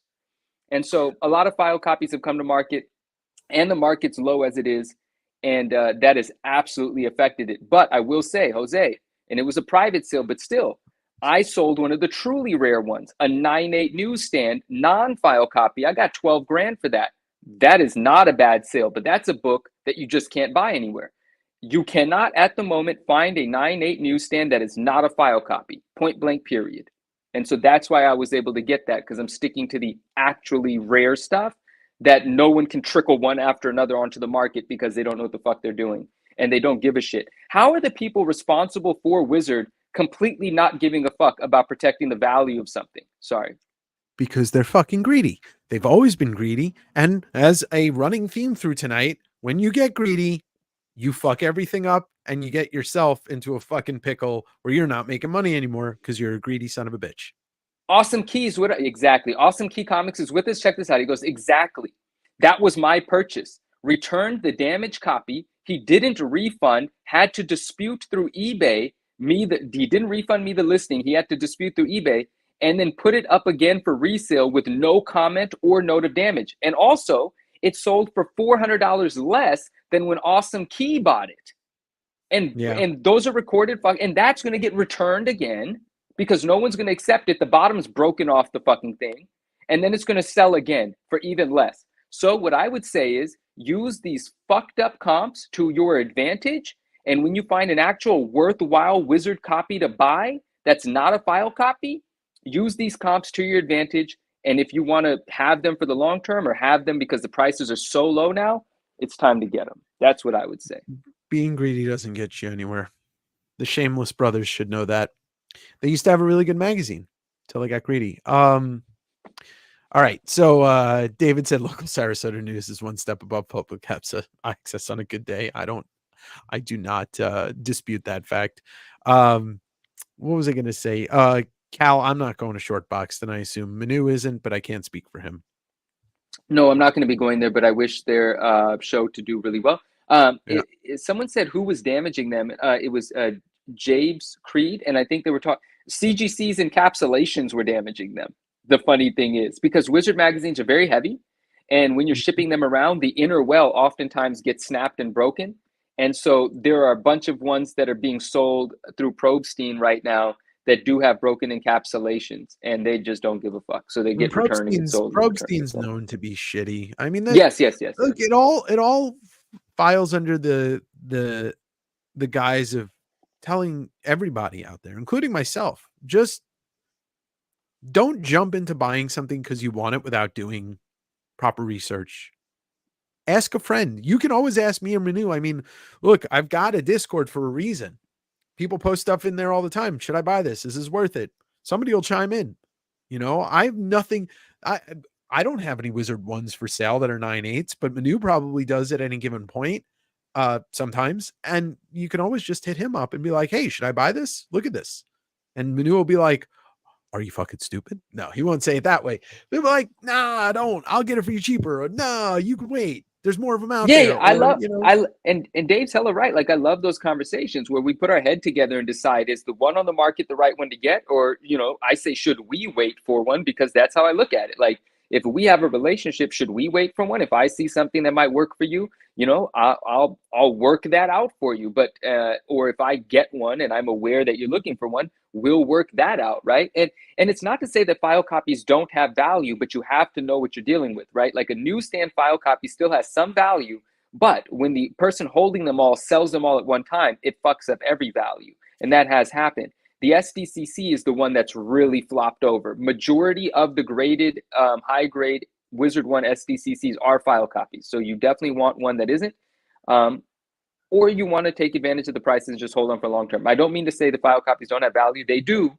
I just prefer the other ones. File copies for stuff like Golden Age books, like the Bill Gaines collection, the file copies of the EC stuff, that's file copies that you can buy and be like, yes, I don't ever have to worry that, you know, there's no stigma against that. But what Manu is trying to say, how can you call a newsstand, how can you call a file copy a newsstand if it was never on the newsstand?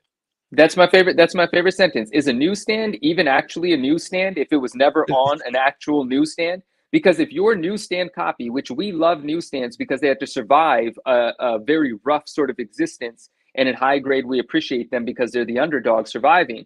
But if they never had to survive anything, if they were never actually distributed, it's just a direct copy then, you know, like, or not even that. Have the barcode on it. Yeah, like, so things of that sort. But, you know, if you've got a 9.8 file copy and you want to get rid of it, I'll still buy it from you. So I actually want to talk about this just briefly. You might have a little more insight into this. Newsstand, I mean. But yeah. D-Hyde said, here's a question on modern books. Are they grading them if they have the tab removed for the digital version code or not? That is a coupon, is it not? So from what I understand, and this is before the pandemic, when I was just kind of like talking about grading, I was not new to grading. I just didn't grade. Ultimate Fallout 4 has a sticker in it. I believe there's a digital copy sticker in it. People were just putting them back on. You could take them off one book and put it on another. But those have been known to just kind of fall off when being pressed. The heat can kill the adhesive on those. So I don't know how it affects the grade. I don't. Manu, do you have any insight into this? I don't actually. I don't think I've ever even had a comic book that has that thing. Well, I don't like I said, I think Fallout 4 does. What? It does? I think it does have the digital, yeah, because that would be around the time. Maybe I'm wrong. I forget when they started showing up in comics, but that is an interesting question. It's a tab? It's a tab in the book? I probably have a book around here. Yeah, it's like towards the end of the book, it'll say, download your complimentary digital copy of this issue, and you peel off the sticker, and there's a code, and you download it. That's interesting. Yeah. I wonder. I'm not sure. CGC doesn't open up books anyway, so how the fuck would they know if it was that is very true. That is very true. And that's the funny thing, because Creed, I haven't heard that come up in years either. So you know, do file copies smell like Arab? You gotta remember, Derek, his last name is actually Shameless. Not Shameless. You know what makes me the most sad about this whole thing is I've actually still to this day have not had a negative encounter with Garib. Garib and I, it wasn't Garib, it was Garib's brother, right? And Garib still, I've never had a negative encounter with him. You know, as far as I'm concerned, Garib and I are fine. And we don't speak the way that we used to because his brother left such a bad taste that I just was turned off by, you know, Garib started to receive a different energy from me after I got familiar with his brother's energy because I did not appreciate that. You know, but like, that's what makes me sad. It's like Garib and I are good, but he must know what his brother does, or maybe he fucking doesn't. I don't know. And it's not like I'm calling Garib and be like, do you know what kind of stupid shit your brother's doing? What the fuck? That's not my place. So I don't know what they know and what they don't, but that makes me sad because Garib and I were good and maybe still are good.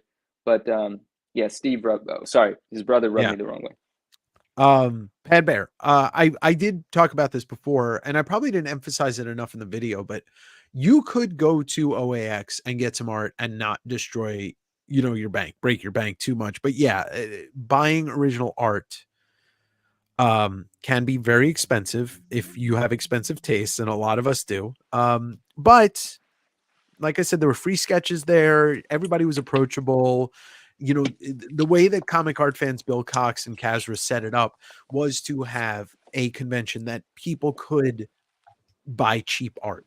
And there was a lot. There was people selling, you know, for example, Wayshack, you know, his pages were only, I think, $300. The painting's a different story, but Pad Bear, all in all, it's a great experience, but slippery slope. Collecting original art is a slippery slope. And commissions is a great way to get in cheap without destroying yourself. I want published original art. Yeah, well, that's the thing. And there are people that, like myself, this weekend was the first time I had gotten commissions, but I typically go for published art. So that's where's my baby? I've got expensive taste, but only have enough money for Jack in the Box. Oh, look at that. Jose. Is that your Stan? Yeah. Stan? Let's make you Yeah, big. Jose, do you know about this one? This is the only 9.8 signed by Stan Lee, and it happens to be signed by Todd and Stan. And I won't tell the story. But there's a great story about how I got this. There's a great story about how I verified that it's the only one. Part of that is because at that time, there were only 4 signed 9.8s of any wizard, SDCC or Direct or Newsstand. There were only 4. And I had seen 3 of them. One of them I own. And the other 2 I had seen. There was only one I needed to verify. And through a phone call with CGC, I verified that it was not signed by Stan Lee. And so this is still the only one signed by Stan Lee in a 9.8. And this is like this is freaking awesome to me. There's no story behind it. There's no weird this, that, and the third. File copy, not a file copy. It is rare for undeniable reasons. And it will always be. And it will always be the only one. So this, I just wanted to share with you because we're talking Wizard Ones and stuff. And I freaking love this thing. And then I did get some inexpensive ones just for fun because I didn't have them and I wanted to grab them. So this is that X-Men cool looking issue. What is it called? Like X-Men turns 30 or something? 30? Yeah, X-Men turns 30. It's an Andy Kubert cover, I believe, or is it Adam? I think it's Andy. It should say on It is Andy. It's Andy Kubert. Yeah, it's Andy. Yeah. And so I just grabbed this because I like the cover and it was a 9.8 and whatever. And so I wanted it. And then this one I wanted in the 9.8 as well. So I grabbed this one. These actually I bought both of them from the same seller. So cool. That's all. Just wanted to show some of the recent ones. All right, let me address your dream is to get anything published Batman. Well, the good thing is about Batman, thousands and thousands and thousands and thousands of original pages available. And not every artist, like for every time that there was a Jim Lee Batman book, there's a bunch of other artists that don't command crazy price tags that you can get. So not super expensive to find a Batman published piece. And Jose, that's the thing. It's like know what you can afford and you're safer that way. I know I can't look. I had a chance to buy several McFarlane ASM pages this past weekend. You know how much the cheapest one was, Manu? No, oh shit. The cheapest McFarlane ASM page was $7,500 and it wasn't a great one. 20,000. And fucking it was shit. The reason why is all the pages that I saw had Spider-Man on them. Dude, somebody had a page from ASM 311 and it's that page where Mysterio has got his arm outstretched and he's like breaking up the panels. That was $30,000. If I could have afforded it without coughing up blood at the thought of it, I would have bought it. But I don't have $30,000 to just spend on an amazing Spider-Man page. No, I hear you, man. That's a lot of freaking money. And, okay, never mind. But Awesome Key said, gorgeous Wizard One, thanks for sharing. Thank you for allowing me to. Yeah, talking about the Wizards, I get really excited. I actually just grabbed 4 more Wizard Ones, but then Dave would just get mad at me. So talking about the Wizard was too rich for his blood. Yeah, I mean, you know what the crazy thing is? 4 years ago, 5 years ago, 6 years ago, 7 years ago, you could have bought a Wizard One, gotten Stan Lee to sign at CGC, got Todd to sign it, and it would have been obtainable in a price, like it would have been obtainable. And even if Stan Lee didn't pass away, it would be so much more money to get that done now. But I'm glad that you were the person. Can I have that? I mean, yeah, there's an exchange that would have to take place, but yeah, sure. We can make it yours. Sure. Yeah. Actually, if you give me both of those books behind you and like 10 cash, no, we could talk about that. Yeah. We could talk about that. A lot of our artists sell their stuff directly on IG. Yeah. Totally. You can, there are a lot of guys. Oh, that's kind of something I want to mention. And most of you may not be in the know about this, but there is an art rep, Cadence Wizards Comic. cards in PSA 10s, not CGC 10s. PSA. Sorry, but he really interrupted me. My bad. I apologize. Sorry. I was about to talk about the Cadence Comic Art rep that about 3 days ago, more than half of their artists that they rep left. And I'm not sure what's going on, but apparently Cadence Comic Art was keeping people's money, not shipping pages, misappropriation of funds. Look, the collectibles industry is full of fucking people that want to take advantage of you monetarily. And it's up to people like us, and not exclusively us, but it's up to us as a community to be aware of what's going on. So buying directly from the artist is absolutely the best way you can support the artist. And it's the best way to ensure that you're getting exactly what you're supposed to be getting generally. What are my thoughts on comic skin or Marvel? I don't know. I don't know. Cal said, what are your thoughts on comic skin or Marvelistic comic book frame? I've never used either of them, so I don't know. I've never used either of them. Can I get on my excited wagon again then? Sure. You want to show people cards? No, I just want to answer this question. Igor said, are you collecting wizard cards in CGC 10? No. Fuck CGC. Sorry. No. No, listen. Let me calm down. For cards, I'm a PSA guy. And CGC still has two types of 10s. You can get a Gem Mint 10, which used to be their 9.5, but they changed it because they wanted to compete better with PSA and give out more 10s rather than 9.5s. They didn't want to go down the way of Beckett. They wanted to go up the way of PSA. And there's also the Pristine 10. Or I think the better one is the Pristine 10. And they did away with the Perfect 10, which was like the hardest to get grade that you could have if they would have stayed with that scale.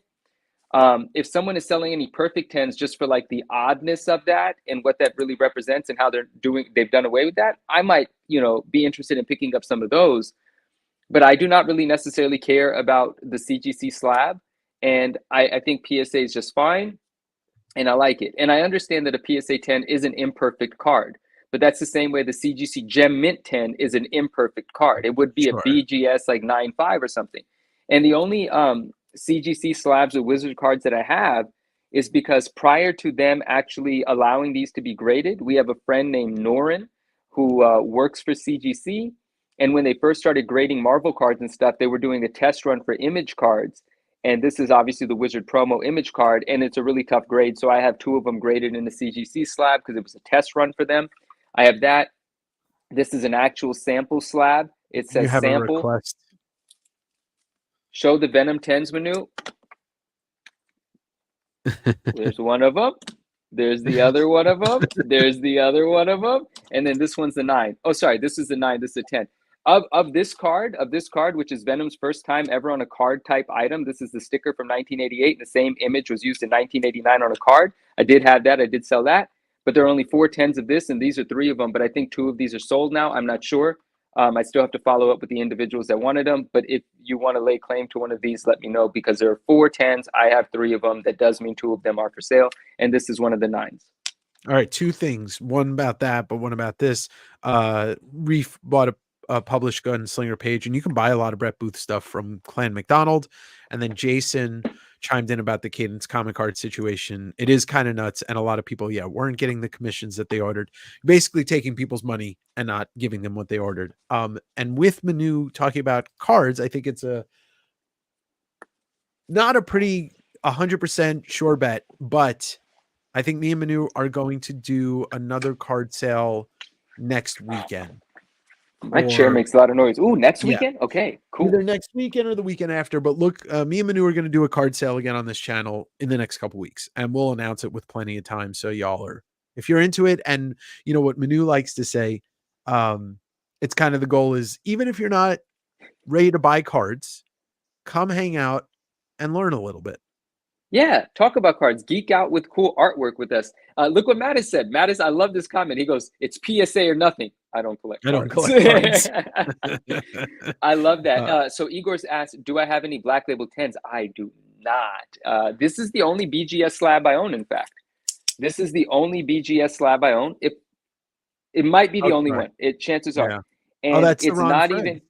Yeah, it's not even graded. It's just authenticated because it's a Ron Friends business card from 1984 with obviously Black Suit Spidey on it.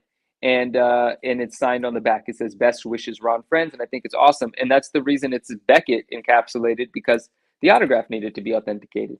And I love it. I don't mind it at all. But in terms of like, grading cards and buying graded cards, PSA 10s, baby. Sam Keith, baby. Sam Keith. Sam, that's so dope.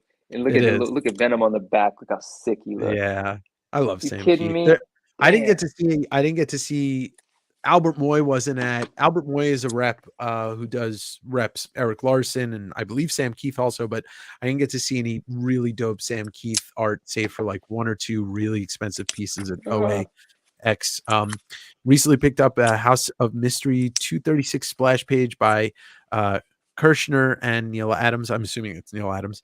Incredibly undervalued, dude. That's insane. I haven't gotten into anything of the silver, bronze, or golden era purchasing that original art. I've kept to copper, modern, but it's only a matter of time before I get my first Bernie piece, and then it's all downhill from there because I'm just going to go insane. Yeah, you will. Here's two modern ones. Igor wants to know if you have any Stanley PSA 10s.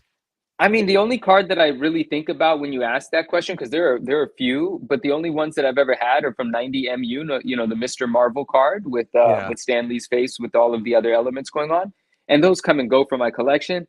But if you're asking about like some of the more rare stuff that the pack pulled autographs that Stanley had, or even the super rare sketch cards that people are aware of that existed from the 90s, I've never had, and I do not have any of those. So the answer is no. And currently, if you are asking about 90 MU, I also do not have a Stanley one right now. But that's an easily attainable card, of course. somewhere in the tune of $100, $150. You can grab those any day. I still have 1.9 left. Oh, and I wanted to address this. So I forgot I was not filming when I looked through it, but there was this one rep who or dealer at OAX that kind of expensive on his prices, and people had a lot of things that weren't positive to say about this seller, but he had a bunch of Bernie rights and stuff, including a page from Swamp Thing 3 and one from Swamp Thing 9, but they were like 60 grand each, and Dave ain't got that kind of money. Yeah, he does. He's got it. He got it on the wall behind him. I bought my second one of these. I have another one now. Oh, there we go. Joe loved the last card show that we did. Still haven't pulled the trigger on any, but excited to get into the space. And that's the thing, like cards are there's a lot of fun in them, and you don't have to break the bank just to collect cards. Like modern cards are actually more expensive, but Manu tries to make his PSA 10 stuff available for a decent price, and I try and sell non-graded cards, and what graded I do sell, they're cheap. I'm gonna blow out some cards on our next card sale. Like there's some cards I'm gonna sell well below whatever recent eBay comps are, just to I have so many. So just to clear some out, get some people started into cards if they want to. But those would only make sense to sell like super discounted in a bundle though, right? Like if there's a card worth $120 and I'm willing to part with it for say 70, I don't want to just part with one, but if you want to buy 5 of them, it's like, all right, well, fuck it, because then it just feels like at least a couple $100 is being transacted. What did Marsh say here? We'll get to Marsh in a sec, but I want to say hello to our friend Rob McCallum, who is back in Scotland right now and jet lagged as shit. Hope you're doing well, my friend. Obviously, I hope you get some sleep and get on the time zone when your body says, okay, it's time. Rail, what up? Cool to see you again. So I'm curious and apologize for being late in the conversation. You mentioned file copies, and I have a book I'm to have graded, Strange Tales 178 featuring Warlock. It's got a COA artist. It's got a COA saying it's a file copy. That is saying artist amazing. Proof copy signed by Starlin. Yeah, it's not considered a file copy. Oh, wait, what? Why did he mention file copy? I'm sorry. He said he mentioned file copies. And then you said it's an artist proof copy signed by Starlin. That's not considered a file copy. Oh, well, regardless, when I misunderstood your question, I still want to talk to that. When I say file copies are the less valuable ones, I am only talking about Wizard Magazine. You were only 'Cause that talking is about the specifically the Wizard newsstands, and that's it. well, not necessarily a Oh. Wizard SDCC. There's 49/8 that are file copies. There's 10 that are yeah. not. So which one's more rare, right? Like the math is about rarity, right? But I'm specifically talking about Wizards. It's the only time that I have understood for the file copy to be designated, the file copy designation to be given to a warehouse worth of books. Yeah, That's the yeah. only time I've ever had the experience where someone calls CGC and says, "Hey, I'm the creator of this book. I've got 1,000 of them. Can we call them all file copies?" Yeah, sure. Why the fuck not? It Even makes though a they lot of will, sense that yeah. you needed 1,000 file copies. That doesn't even make any sense. Yeah, and like I said, with file copies, like when you talk about something like the Bill Gaines pedigree or file copies, EC Comics, we're talking about books that are 80 years old. Those would fall apart anyway. To have one that's a file copy is actually an honor, especially because it's Bill Gaines. And RAG 718, the X-Force 1 polybag cards. I mean, I think the 10 still sell well, but there are literally 1 million of those cards in existence. 1 Yeah, million, because there are 5 million copies sold. Actually, there's probably more than that, but there's a million at least Deadpool cards. I forgot what the numbers are on the census of that card yet, and I don't know what they're doing price-wise when they hit auction these days, so I'm not sure. But I'd imagine it's still worth grading if you are certain that it's going to be a 10. It is only worth grading if it's a PSA 10. I don't give a fuck what other company's 10 you get. It's not worth doing.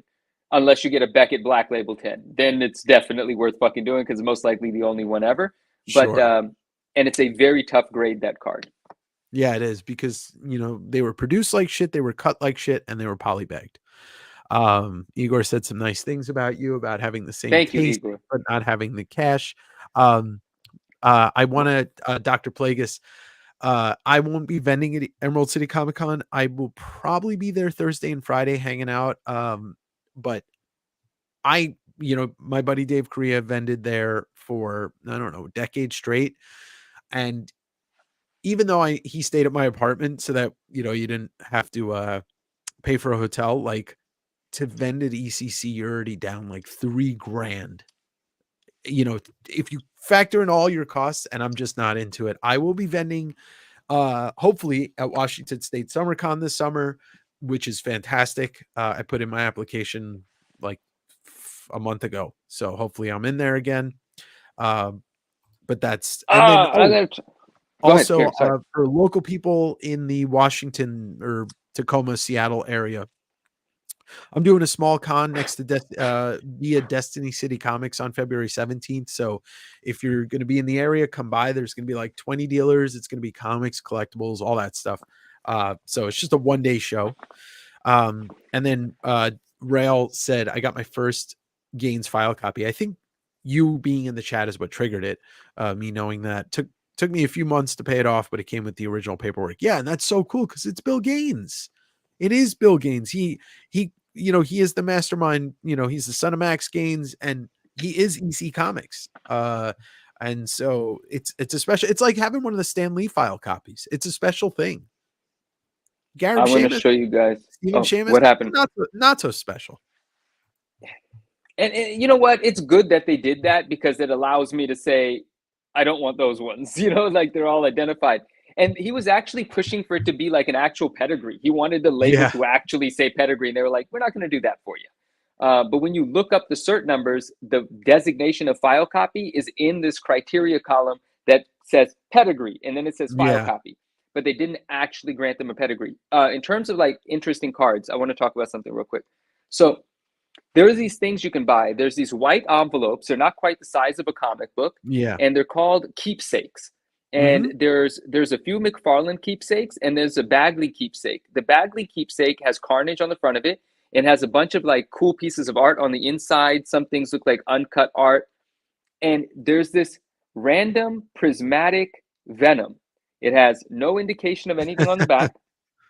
And this is the card. And it comes only in the Carnage keepsakes. And you can buy these keepsake packages sealed for sometimes $15, sometimes $75. It depends.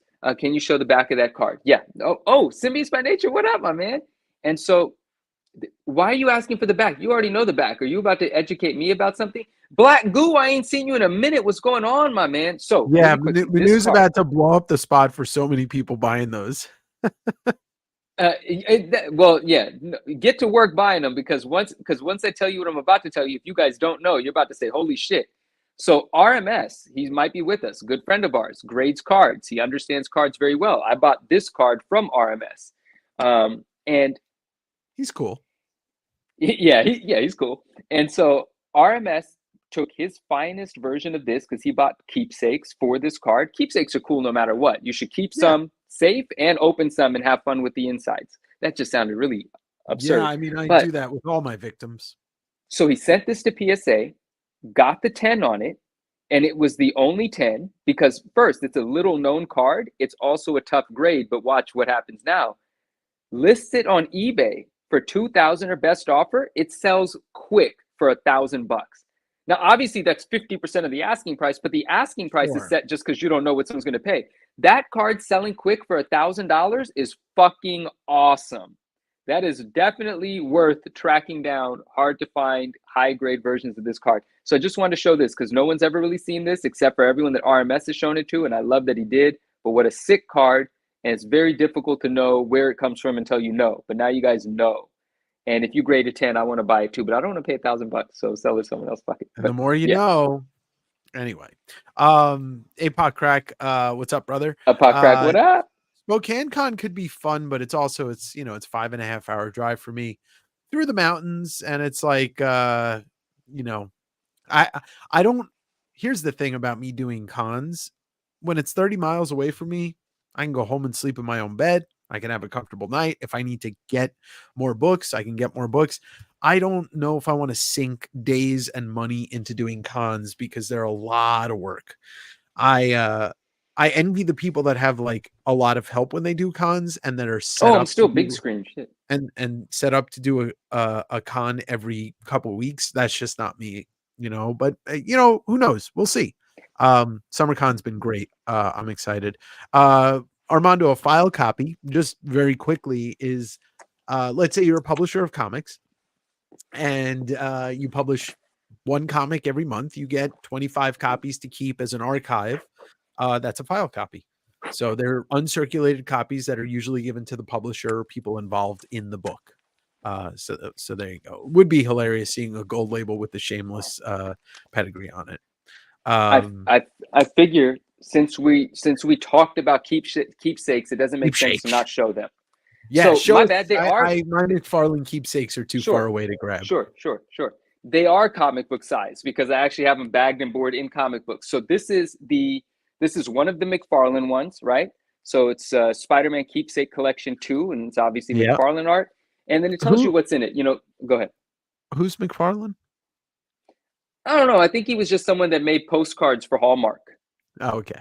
Yeah, I think he wrote the things in the And so it says 5 giant 6x9 black and white trading cards. It's like prints, like hard prints. Anyway, who cares? They all have different stuff, cool stuff. It's sealed and it has like a sticker on the back when you look at it. And I think it is actually Hallmark. Does Hallmark actually make these, or is Keepsake the company?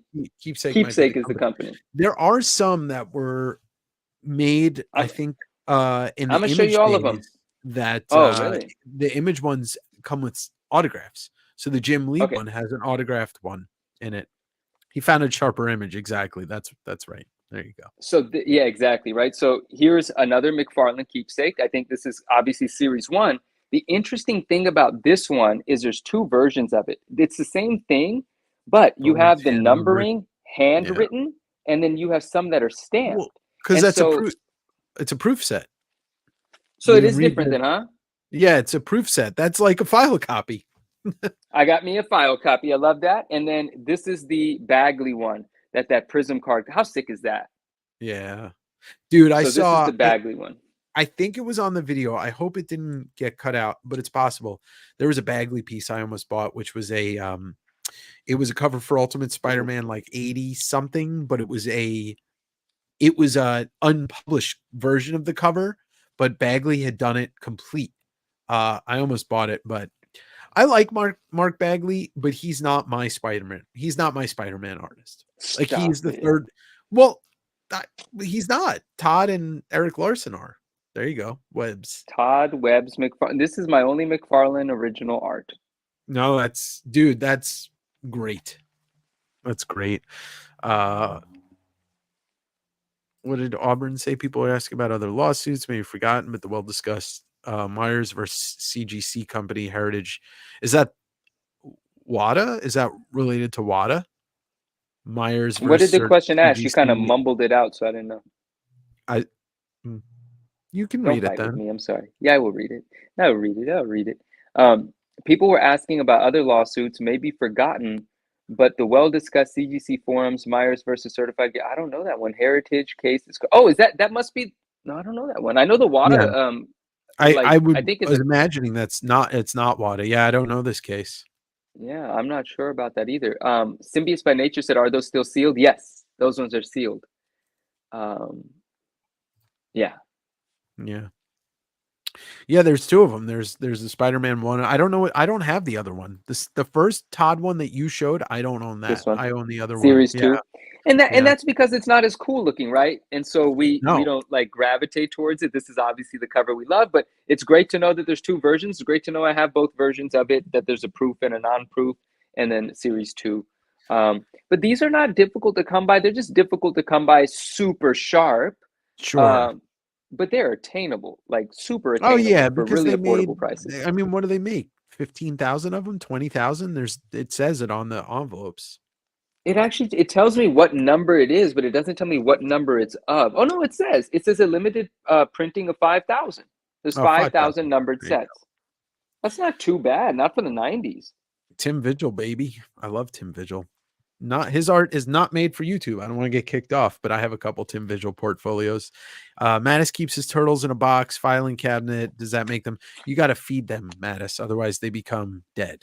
Oh, you meant comics. Yeah. No, they're not. They're just yours.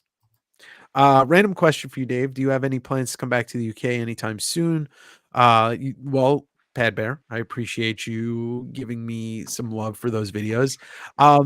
Yes, UK is one of those places where like, I want to take a vacation somewhere significant this year. I'll just go back to the UK. I appreciate it. Man, I love the UK. And here's my ultimate goal.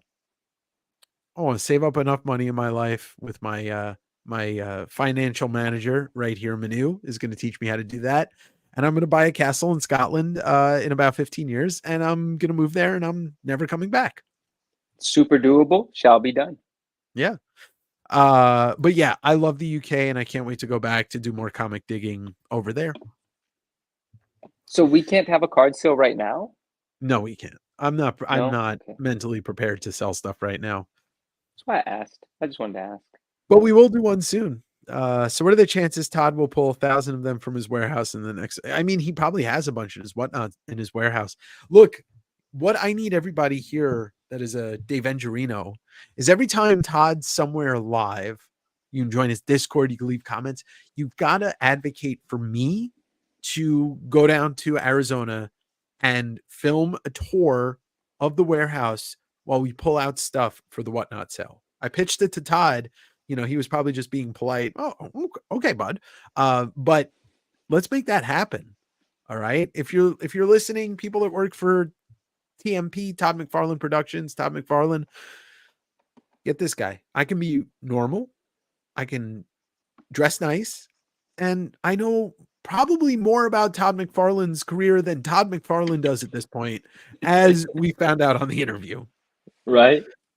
So, you know, I don't want to call myself a McFarlane expert because there are a lot of people out there that know more than I do. But the problem is they don't have YouTube channels. That's all. That's all. What's a super double? Super doable. Super doable. Oh, super doable. Sorry. Yeah. I'm an idiot. Yeah, it does. It obviously says doable. Super doable indeed. Yeah. But yeah, so. Card sale, I say within the next 2 weeks we do one. I've got a very packed schedule, as Manu knows, and Manu's, you know, part of that packed schedule on a daily basis. I spend more phone time with him than anybody else. But yeah, I've got just a lot going on. I got to catch up. I bought a collection when I was in Florida. You did? Wait, did it make it home safely yet?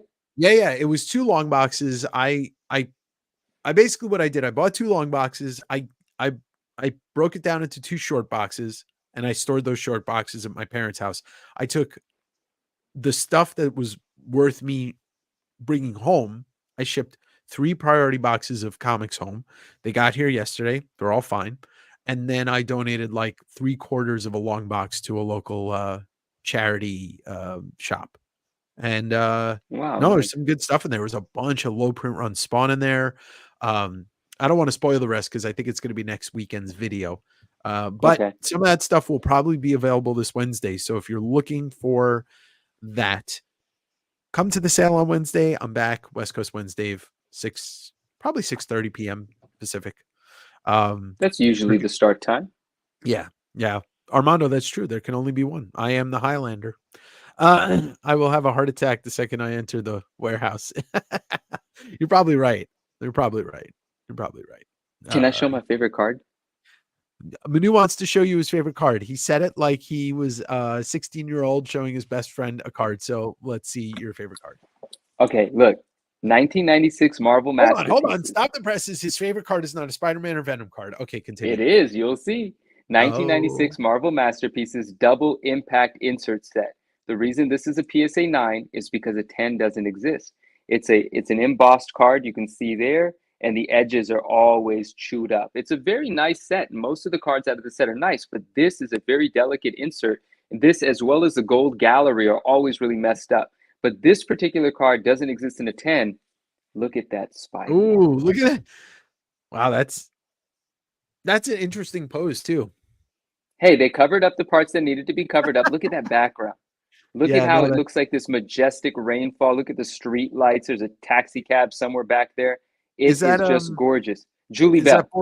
Okay, it's Julie. I was just going to ask. Yeah, I think Julie. I hope I'm not wrong. I think Julie, because Julie Bell and Boris Vallejo, husband and wife, obviously did the set.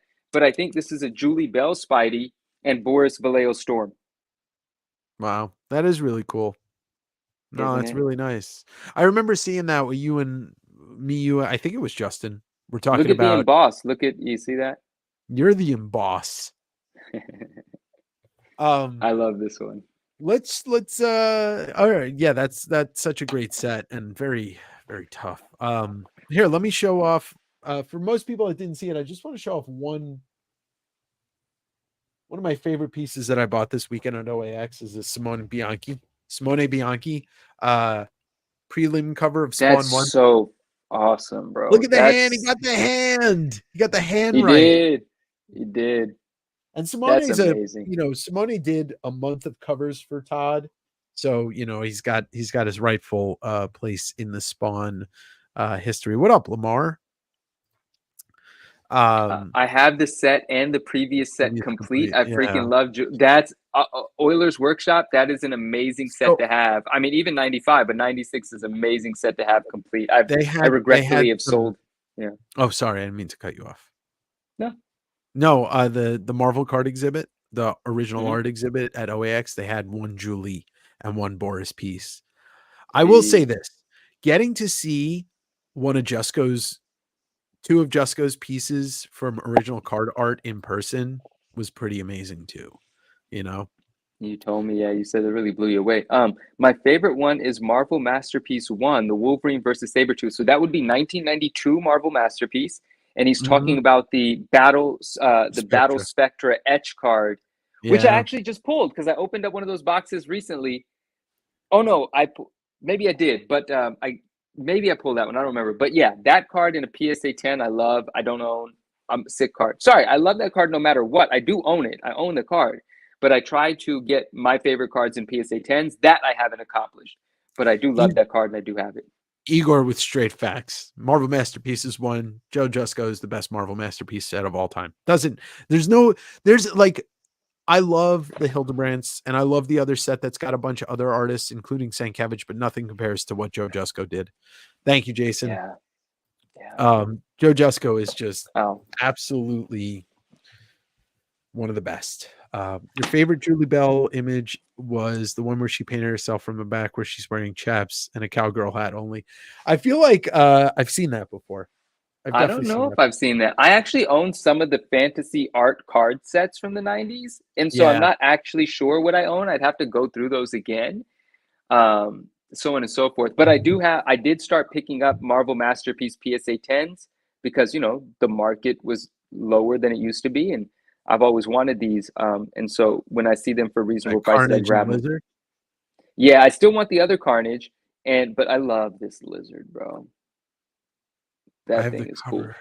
I have the cover to card 27, Luke Skywalker, Shadow of the Empire by Greg and Tim. That's sick. I saw, dude, there was a, it'll be in the other video, I believe, maybe Justin's video. It'll definitely be in Justin's video, but they had like a really nice display in a museum kind of display of original paintings from different like fantasy things.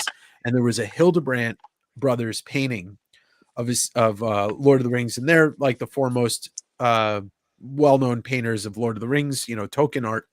And it was I didn't know that. Yeah, it was like this huge 50 by 50 painting of Gandalf and the Balrog, and I hope I got some video of it, which I have a second OAX video that's coming, so it'll probably be something I drop as a bonus during this week. Comics and Caviar has a question for you. Hey, what's going on, my man? I mean, I could answer that from a technical perspective as well, it's the same perspective. So I look for what the criteria is, which is edges, corners, centering, and surface. So you look for and manufacturing defects go against the grade of a card. It's not like comic books. And so if the centering is off, like if a card has a border, well, then it's really easy to identify whether it's centered or not, right? Because you're tracing what the implied spacing around the side should be, the edges. So first you want to look for sharp corners, straight up. If it's a card that was manufactured with sharp corners, it has to have sharp corners. Some cards are manufactured with dull corners. You just have to have the experience to know about that set. So you don't grade a card. Like Silver Surfer Prism. Silver Surfer Prism, 92 Marvel Masterpieces. If it came out of the sealed box versus the tin, they actually have different corners, but both of them can grade 10s if you know which ones you're looking at. And so, but you're right, those Comic Images cards, many of those came with those rounded edges. So first you want to make sure the corners are as they should be. Then you want to look at the edges, make sure there's not a bunch of flaking white showing. Then you have to look at, the centering is what's going to pop out at you first. And you're allowed a 60-40 divergence from perfectly centered on the front. Or I think it's 60-40 on the front, 70-30 on the back. I'm talking PSA 10 criteria. And you guys could correct me if I'm wrong. And then the trickiest part, generally speaking, is surface, right? Because you got to look at it in angles, identify any pitting, any missing color, any scratches, anything like that. Generally speaking, it's the surface that when someone sends a card and they get like a 6-pack, they're like, what the fuck? This thing was perfect. There's probably like a printer line or something on it. So I look for exactly what the criteria is: corners, centering, surface, and edges. There you go. And manufacturing defects. I just thought of something. I want to tell you, but Igor asked if you have the Onslaught Wolverine one-hand cards. He said he thinks it's from Wizard or a set, but it might be from like the X-Men Chrome or something like that. I damn near can see it, but I want to Google it just so I know. Let me just see. So talking to Reef, and he's talking about the Hildebrandt cover and the brothers. So the Wolverine 90 issue has that painted cover by the Hildebrandts with the Adam Kubert images too. And it made me think about, I've sold some things that I had to sell, or, I just didn't. What up, Donnie boy? I've sold some stuff in my collecting days. What up, my man? I've sold a lot of stuff, and some stuff I don't care about. I don't think about it anymore. But Reef made me think about the two things that I regret selling. Okay. And they were comics that I got signed myself. They weren't graded or anything, but this was, this is me getting stuff signed myself. I had a copy of Spawn Batman. Oh, look at that. Signed by Todd and Frank Miller that I got signed myself. Beautiful autographs. I sold that. But even worse, that Wolverine 90. I forget which one of the Hildebrandt brothers is no longer with us, but I had met them. I got both of them to sign that book. I got Adam Kubert to sign that book. But here's even the worst part. I got Tyler Mane and Hugh Jackman to sign that book in person. Tyler Mane played Sabretooth in the first X-Men movie, and obviously Hugh Jackman is Wolverine. I don't remember when I sold it, how much I got for it, but I'm kind of pissed off at myself that I no longer have it because I can't get it anymore. Even if I were to pay for autographs, one of them's no longer alive. And so I'm sad, and I'm going to go cry now. But at least you're never going to make that mistake again. That's true. That's true. All right, you just posted it. All right. All right, well, I'll have to look for it. What did he post? What? He said he posted his photo. He's got an original Hildebrand cover, but I don't know where he posted it, but I assume it's on his Comic Art Fans account. 94 Masterpieces, the Hildebrand set. I absolutely freaking love that set, too. Yeah, I know it was a keeper book. What are you going to do? You know, I still have, you know, it's pretty cool though. I got to meet Hugh Jackman. I got to meet Tyler Mane. I got to meet the Hildebrand. So like in one regard, that never leaves, you know, those memories. But yeah, it happens. You know, you sell some stuff you don't really think that is going to be non-existent after you sell it. So, you know, it is what it is. Warlock says Dave. Wow, Ray, you're just poking the bear again. Poking the bear. Only you can prevent forest fires, and you burnt it down, bro. No, I'm sorry. All right. Lamar said, I was reading back on the CGC issue, and Manu technically could be subpoenaed as an expert witness if he considered an expert in his field, and he's one of the basis of the suit.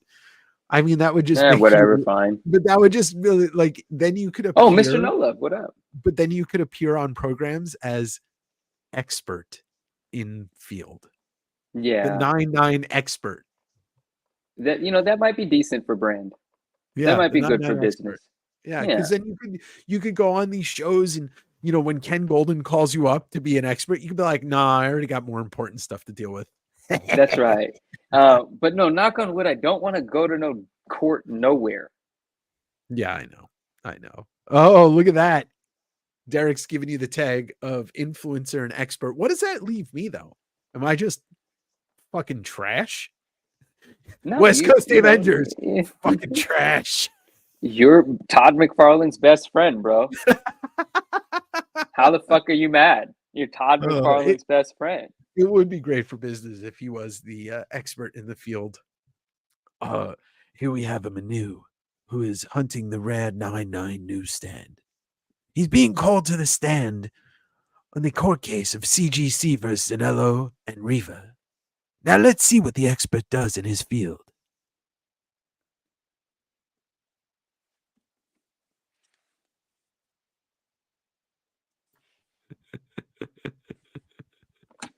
I'm Manu's Caught me off guard. That's all I had. Shit, I just got made into a boy wonder.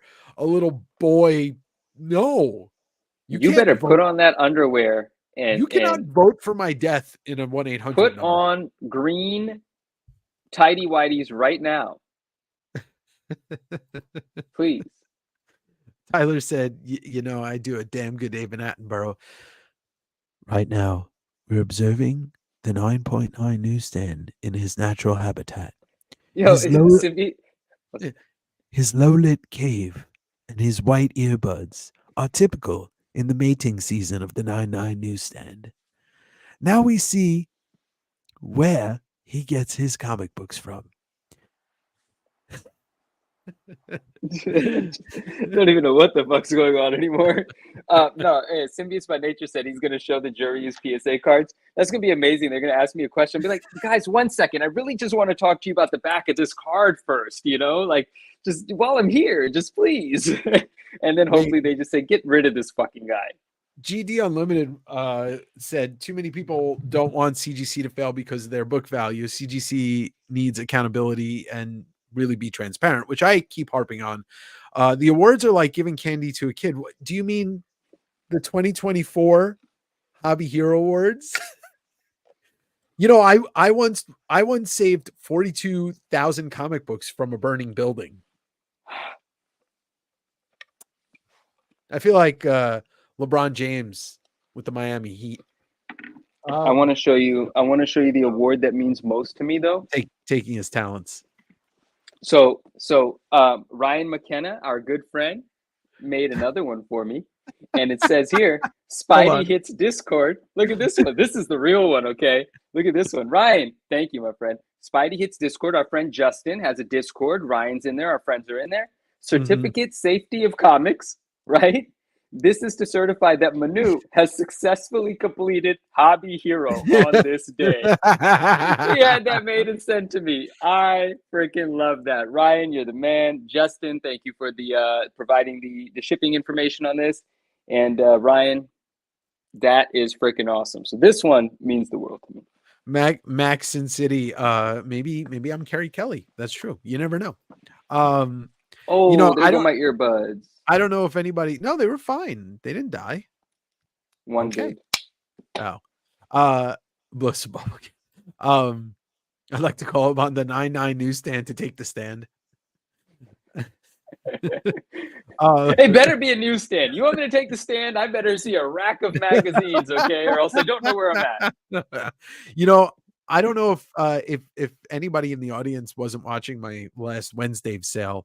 I did have an acceptance speech, and you know, it was great. I could play it if you want me to, but that's only if everybody wants to. You know, I have it recorded.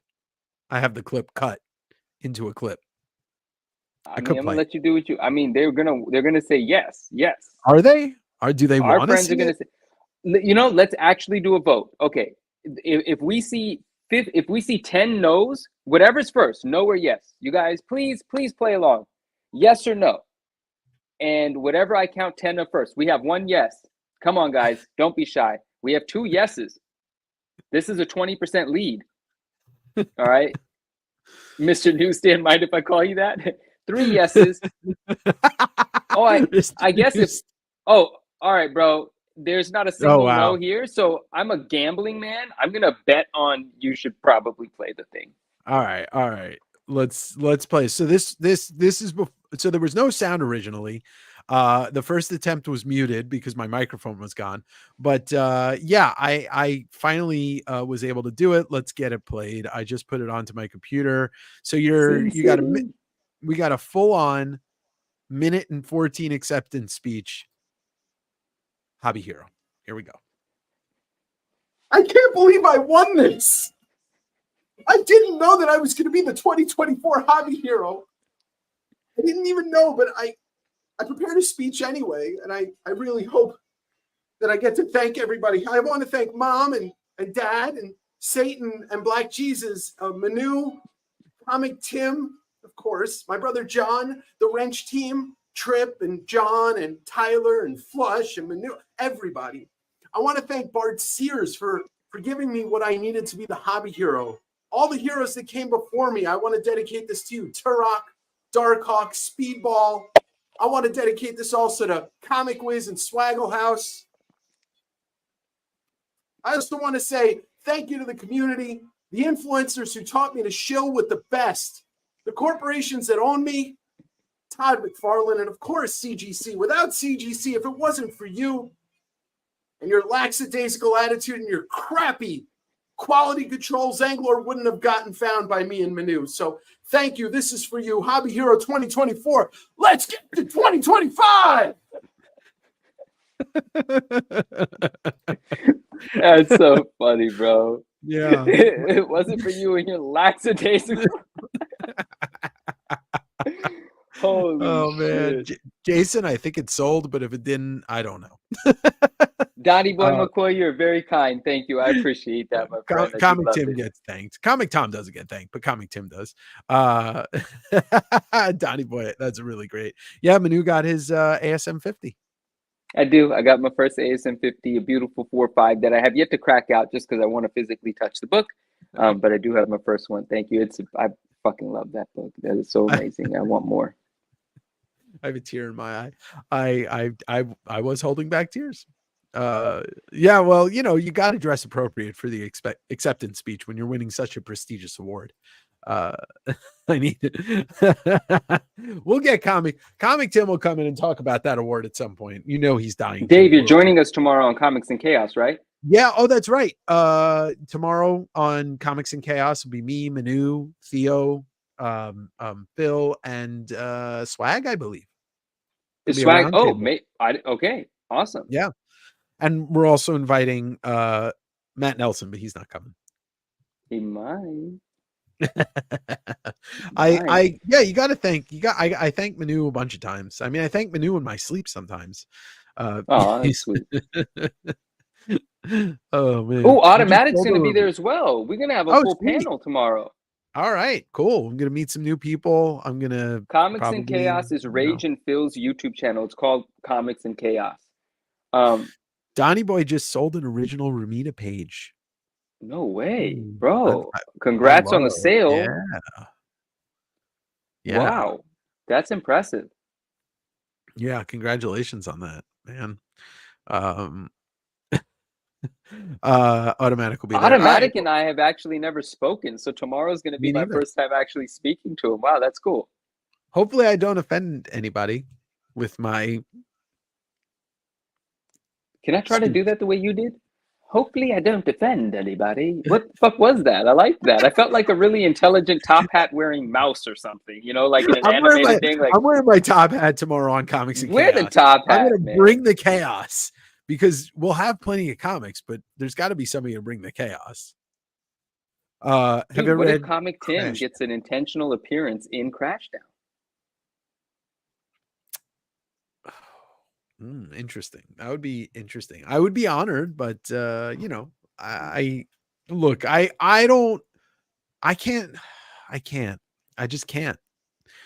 You can't make a comic and be part of the fucking app and then justifiably put that comic on the app as a hot comic. It's a conflict of interest. In the They just couldn't. I shouldn't have. You can't. Look, damn it. I am fiercely, and I'm not a gatekeeper, but I'm fiercely defensive against this hobby. I'm trying not to let it get ruined. I collected comics in the 90s like a lot of you and watched this bullshit burn down because of shitty practices and overproduction and stupid gimmicks. And I'm not here to see it happen again because I'll fight for it. I heard that it was a good comic book. I'm not saying that it's not a good comic.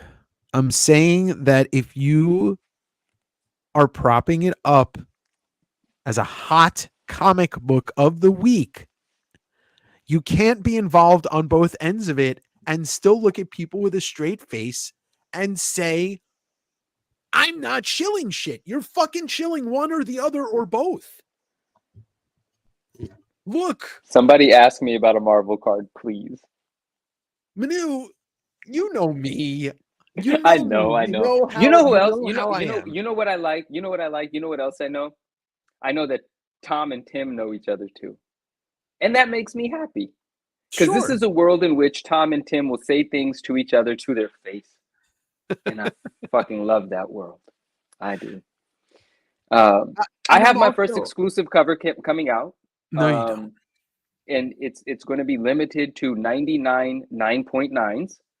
And I'm going to destroy everything that is a 9.8 or even a 10, because 10s aren't real, and that's insulting to your intelligence. But 99 9.9s, not insulting to anyone's intelligence. And they are obviously going to retail for $99 pre-order. Pre-order starts now and ends in 99 minutes. So get those in. And that's everything. Yes, and it's endorsed by David Wexler. Hobby Hero 2024. Yeah, I don't know how you promote. Yeah, exactly. Joe hit the nail on the head. I mean, Wizard was doing it in the 90s. Valiant, Ultraverse, Image, they were paying for advertising. And in return, besides getting their multiple ads, the top 10 list reflected who was paying the bills at Wizard every fucking week. When Whatnot started publishing. Yeah, you're right, Derek. Greed is good, and Mattis gets it. Mattis gets it. Can you buy 99? I wouldn't mind owning the market.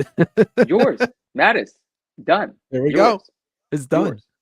Exactly. Look, I'm all for people releasing comics. You know, look, Mickey, I haven't read his comic, Swaggle House's comic, but he crowdfunded it. He put it on his own merit to crowdfund it without, you know, and it didn't. I mean, if it showed up on a top 10 list when it came out, I didn't see it, but it's possible.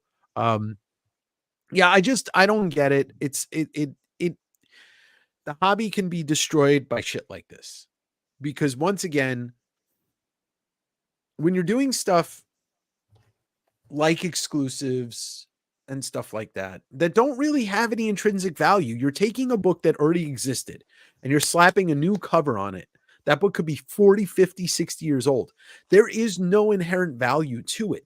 What value can you put on something that existed 70 years ago, 40 years ago, 30 years ago, and you're just wrapping it in a new cover? Like, explain to me how that could be valuable. Anybody that would like to defend it, explain to me how that could be valuable in the long term. You can make a short-term value out of it by pumping it and dumping it, but there is no long-term value. I would like you to point out, and I'm not saying you, Manu, I'm just saying in general, I would like somebody to point out a reprint that is worth significant amount of money that exists. Like, take the Tomb of, like, the early 70s Golden Age Marvel reprints. They have some value, but they are like this compared to the originals. And that's got a new cover. It may have, you know, redone art or stuff, but when you take a fucking Swamp Thing #1 and you said, oh, there's 500 of these foil variants that exist, and you're telling people to buy them, there's X amount left, it's because you bought 250 of the fucking copies to begin with. So that's how you know there's not a lot left, because you fucking own them. God, I'm on one right now.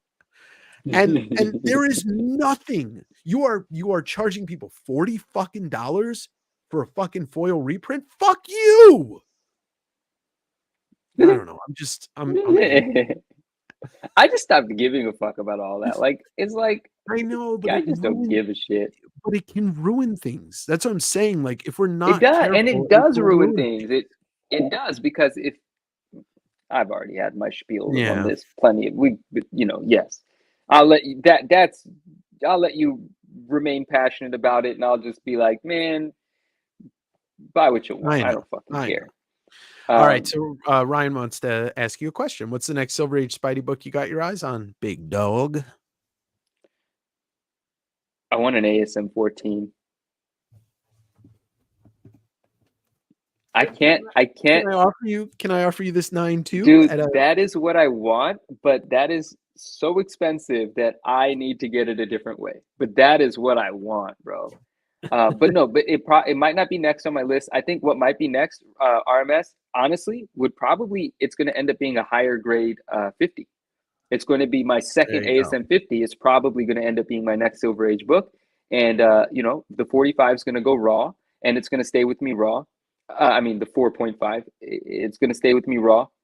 There is an individual that hit me up about it, and they could, once I had my fun with it and enjoyed it and upgraded it, then I will sell it. But probably going to start working my way up the grades in a 50, get to my PC grade. And I'm not saying my PC grade is a 9.8. How much does that cost? I'll slowly start working my way up. I plan on engaging with that book for a long time. Joshua, what up? Joshua's in the house. I got heated up, and I still get really passionate about this hobby because, like a lot of us in here with sports cards too, and Marvel cards, we saw it all come down. We saw the Marvel cards. You get me started on that shit. Well, I'll have something to fucking say. And I'm just saying, it's like, we can exist in this space without exploitation. We can exist in this space while having fun, and we can exist in this space without having a 5 or 6 or 7 year period where this stuff is no longer around. And Marvel cards disappeared. They weren't gone. They still made them, but you didn't see them anywhere. And sports cards disappeared, and comics disappeared in the the mainstream. And now comics, I'm just afraid it's going to go away again.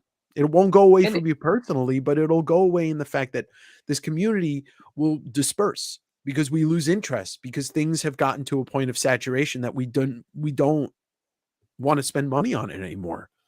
Yeah, if things just feel bullshit. You know, there's no passion, there's no real pursuit, there's no real, like, it's just, if it loses that genuine desire to be here, then it's gone until, you know, a new crop of collectors that haven't been burnt come in and create the genuine enthusiasm again. It took fucking 25 years for this shit to come back, man. Yeah. From the Yeah. 90s. Eggs Erroneous has a great question for us. Dave and Manu, did you have a newsstand location you bought or read comics at growing up? I mean, I'm fortunate of growing up on Long Island. There was literally a comic store every 5 miles, but I was I was like a Jay and Silent Bob kind of rat at Tower Records when I was in high school. So I got to see, they had a lot of self-published stuff, and they had their own comic buying department. Alex Pardee, good friend of mine, some of you may know, like, he literally was selling, like, Tower Records was buying and distributing his self-published comics. That was his Whoa. first distribution of comics. Yeah, so Tower was Dude, the Tower closest thing. Records had comics for, I remember their magazine section. Oh, I dude, their I magazine didn't section associate it with it. legendary. Yeah, so Yeah. that's, you see, you actually had like newsstand experiences. I was very Mhm. much, my newsstand experiences where I would have actually bought or handled comic books was like a bookstore. Like mall bookstores were my favorite thing. You know, you're walking through a mall, there's always that one bookstore that looks like every other mall bookstore in the 90s. It's beautiful, it's welcoming, and right in the front on the left or the right is the magazine section, and there'd be Yeah. comics close by, right? And that was like, so Barnes and Nobles, Borders, and Walden Books, I think, might have been one of Yeah, the, I forgot the bookstore Walden names. Books and B. Dalton. Yeah, that was like my newsstand, but I spent most of my time, as it would pertain to comic books, in actual comic book stores. Again, in malls, well, not primarily actually, but I spent a lot of time in real comic book stores. So my newsstand stuff didn't happen until now. Even though in my childhood short boxes, some of my favorite books were newsstands, which I didn't know then. But I found out when I recently revisited my childhood stuff. And that was weird because I don't know where they came from. Couple of addendums to that. Me and Manu did a podcast called It Came from the Newsstand, and we talked about that in several episodes of buying comics from the newsstand. And we had stationery stores on Long Island that had comics and cards. And I would buy comics anywhere. So B. Dalton, Walden Books were both in the Walt Whitman Mall, where I grew up. Barnes and Noble was there, and they were next to Tower Records, so I was getting comics there too. Joshua, what's up? And of course, brother, I'm happy that I was able to get that book for you. I got him the Captain America Jim Rugg Wolverine 50th anniversary homage. A Top Hat and Chill. Maybe Did play you the see speech this again.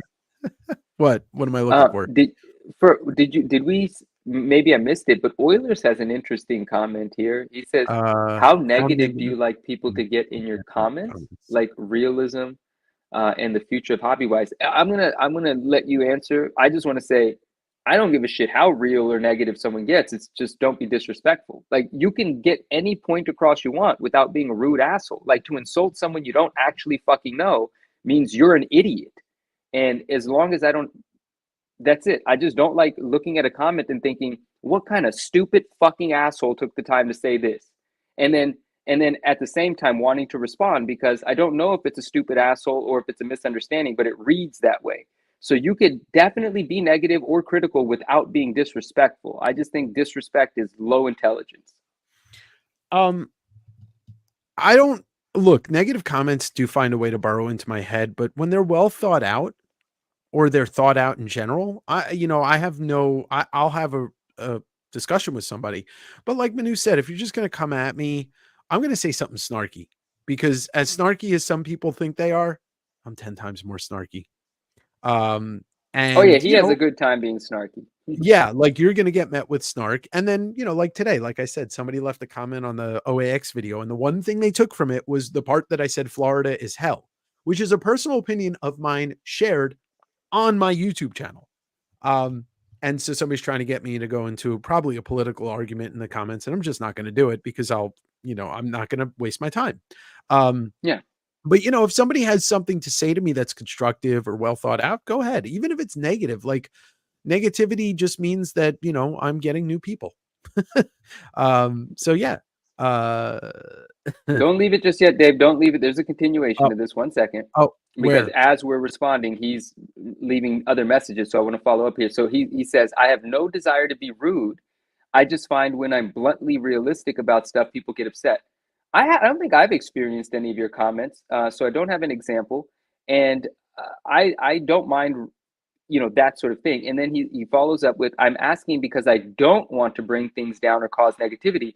But also at the same time, Oilers, I don't want to not have you say what you want. Like, yeah, look, I want you to say whatever you want. I think anything, the way that you're communicating here. Uh-oh, you're cutting out there, Manu. Oh, there you go. Nope, you're not. Oh, hold on.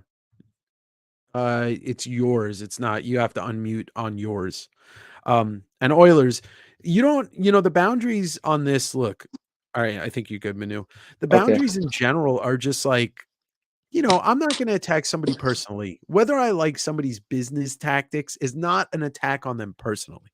You can be a great person and run a fucking stupid business or a shitty business. Those are two different things. I'm never going to call somebody, like, I'll never say somebody's ugly. I'll never bring somebody down about who they are. But if I was doing shitty business things, if I was selling comics that were shit, like ripping people off condition wise, something like that. And, I'm fair game. I'm in a public space, so I know that I'm fair game. And when I usually get a negative comment, with the CGC video, me and Manu were actually we were gonna do more about this, but you're bringing conversation that maybe you don't want to bring into your own mental health. But with the Matt Nelson video, we got a lot of things like saying, oh, you two get a room and shit like that. And it's like, are you fucking 4? Like, how old are you? Just because you and the internet, it's just like, oh, just because I have a keyboard, I can say what I want.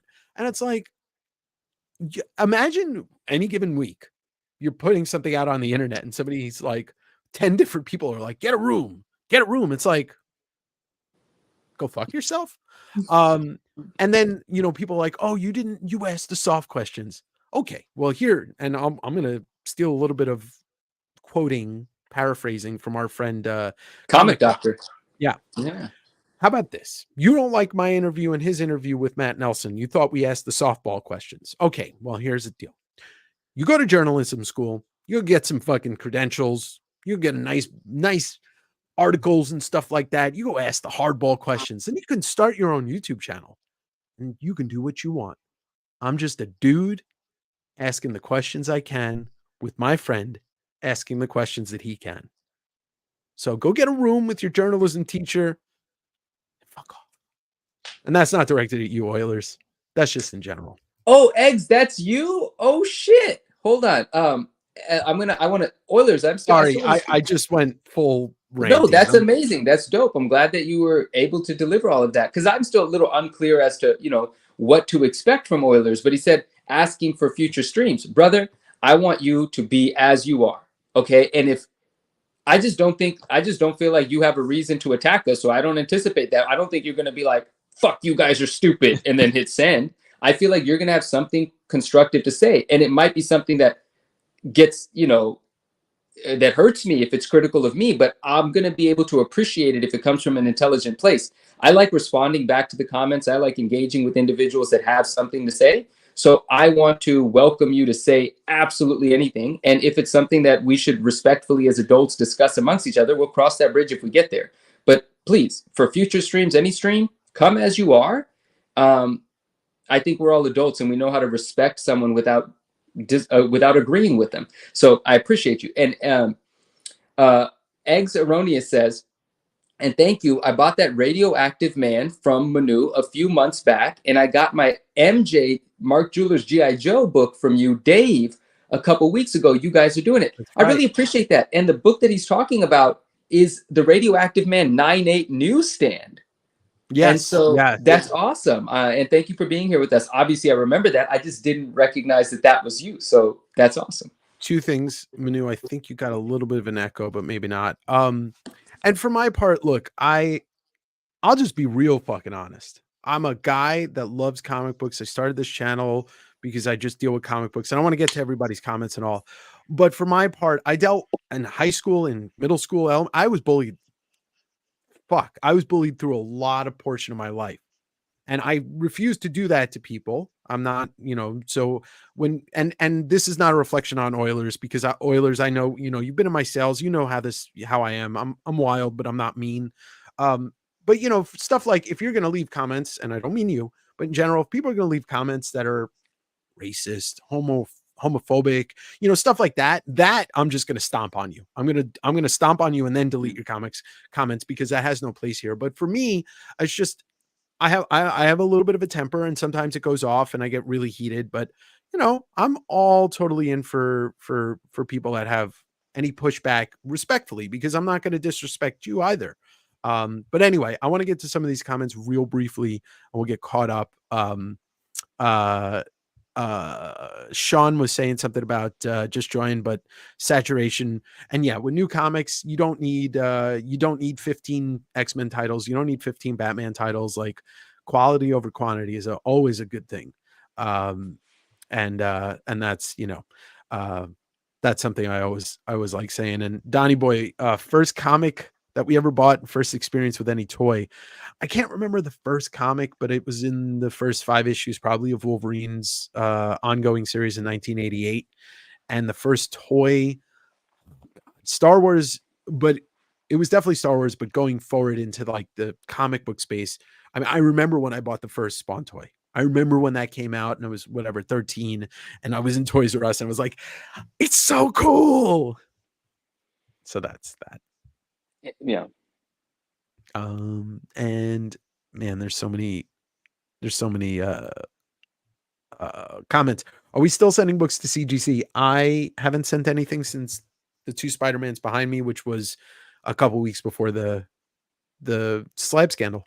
It was like I sent one through the course of this scandal a few weeks ago. Got it back about a week and a half ago. I've sold it already. I've explained last night why I had to do it, and I don't feel like getting too much into it, but it was just about value.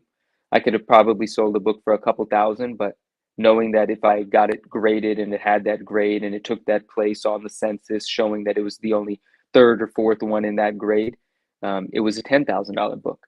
So I graded it, and that's what I did. Yeah. But there are plenty of books that I have right now that I want to grade because I want to move, but I'm not sending them.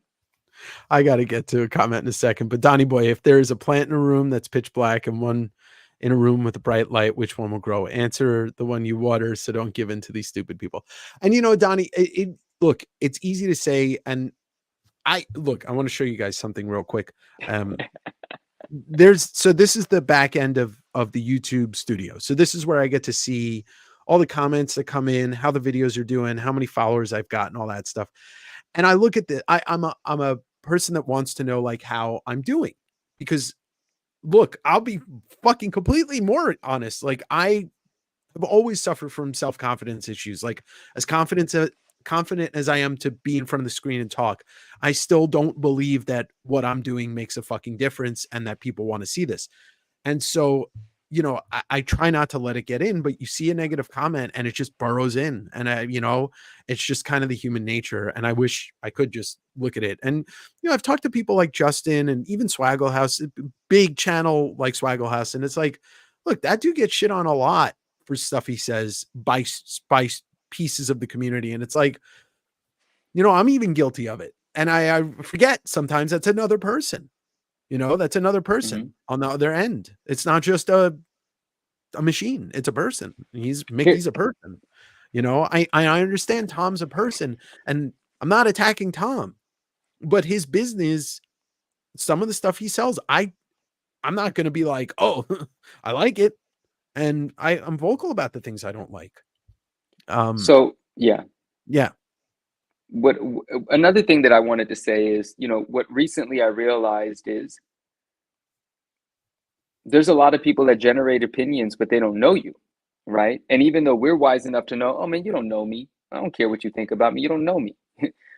It still bothers you, right? But recently someone had said something and I didn't respond.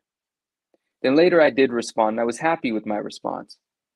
And a couple of people who have left comments that rubbed me the wrong way, once we actually had a back and forth, now the tonality is completely different, right? And for example, Pop Sequentialism left a comment earlier today, and I remember really liking it. So I just want to read it because I just want to remember what I liked about it so much.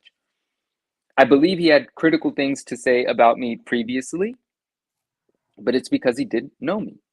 And so he goes, this was on the video that I did with Swaggle It's his Swagglecast series. It's about 1 hour and 20 minutes long.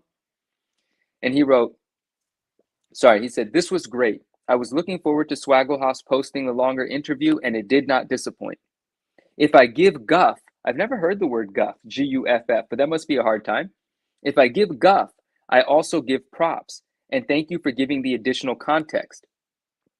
You raised a lot of points here that we are all wise to keep front of mind as we move forward in the hobby. And I think the subsequent CGC lawsuit against the shady employees puts a certain perspective on Matt Nelson's statement and motivation, which elucidates at least a degree of bad faith. And that's what I was criticizing, that his actions had the potential to reflect negatively on you and Dave. Luckily, here's the key. Luckily, the more time that passes and the more opportunity you have to address the behind-the-scenes story and continue to be critical, the clearer it becomes that in spite of CGC's efforts, your integrity was not compromised. It's evident that CGC's intention was to use prominent voices in the community to rehab their image, and recognizing as much shouldn't be seen as an attack on you and Dave. Everybody, even the so-called haters, greatly appreciate you covering the scam to begin with, and the criticism is against CGC. I told him from the bottom of my heart, that's literally what I wrote, from the bottom of my heart, I thank you for this message. Fair enough. I mean, when people are eloquent or at least communicative, you can't really complain. And I want to just highlight this sober face. Kind of funny, I jump on someone for making a joke about race while I joke about Black Jesus and thanking Satan. I'm not a religious person. I'm atheist. I don't believe in any of that stuff. So when I say that, they're just words to me. If I offend somebody by that, it's not my intention. But I'm not making fun of somebody. I'm just saying words, you know? When I talk about a racist joke, if you're pointing at somebody and making a racist joke at them, that's offensive, you know? I mean, if that's how I see it. Once again, we're different people, but I'm not a religious person, so they're just words to me. That's just who I am. I've been writing little notes about Satan in my notebook since I was a kid. I love that stuff. It's just fun. I don't know what his relationship with Satan is, but I know he's not racist. That much I know. Yeah. And, once again, they're just words. They're just, nouns, I mean, just because I said it doesn't, I wasn't targeted at anybody. Yeah, I don't see that as racist, but obviously you can construe however, and that's not my intention. Anybody that knows me knows I'm not that person. So yeah, I'm just, once again, sober face, you've got the right to say that. You weren't, neither of us are being disrespectful to each other. So it's just a conversation, man. And that's cool. Like, you're not calling me an asshole, and that's whatever, I love me, Satan. Look, once again, first of all, it's just, they're just words, they're not towards anybody. If you put CGC award winner on your submissions, that will help or hurt your submission grades. Ghost Zapper, there's only one way for us to find out. Ghost Zapper, I thought my award was going to get lost in the mail. I didn't think that thing was actually going to make it to me because, immediately after receiving it, I was on another live stream talking talk about CGC. So I was like, man, they're not going to actually send me that thing. But then it did. Another comment I'm confused about. So racism is offensive, but knocking someone for their religion. Who did I didn't knock anybody for their religion. I just said I'm not religious. I'm not sure what's going on here. Yeah. But I would assume it just has to, I don't know. I don't know what's going on here. I have no idea. Popsequentialism is a gentleman and intelligent person. Oh, that's that dude. Oh, that's who that is. Who? Yeah, that Yeah. beautifully written comment. But Yeah, no, initially, we didn't I forgot. understand each other. Yeah, right? I forgot. Yeah. And also the other thing yeah. was my comment to him. I was just being snarky because, you know, somebody put words in my mouth that weren't there, you know, telling me to denounce something or whatever, you know. I was just like, I denounce this. That's the Yeah. thing. Like, Dave says shit that I never fucking would. I'll just be straight up with you. And he doesn't give a fuck if I think he shouldn't say it or not, because he's going to say whatever he wants because he's an adult. But I know Dave's character and I know Dave's heart. So it's really what matters most to me. But I understand what might have, you know, charged up some of the most recent comments. Sure. And it, you know, like, but yeah, Dave says hella shit that I say dumb shit all the time, and I don't, you know, like, there's also the entertainment factor of my life. I'm not here to be serious. That's the thing. And, you know, before we wrap up the night, because I'm exhausted, but before we wrap up the night, we'll still be on for a little bit. The people that have said stuff about this channel and about certain things, yo, just watch a couple of my videos. Life does not get taken seriously in this person's mind, because if I did, I would have fucking killed myself a long time ago. Trigger warning. I'm sorry. I almost drank myself to death for fucking 10 years. And I took my life way too fucking seriously, and I took stuff too seriously. I can no longer be that person. So if you don't like my sense of humor, that's okay. That is 100% okay. No, this is, yeah. You can, you don't have to, this is a choice thing. Look, you don't have to, I don't have to. We're in hour 3, and that's amazing. But we used to do a lot of live streams together to go 3-4 hours, and we get really deep, you know, in hour 3. And we had a podcast together, and we talk about these things really openly. And, you know, Dave and I have had some really passionate conversations. We've been upset at each other. We've argued with each other. We've had differences. You know, Dave and I love each other and have differences.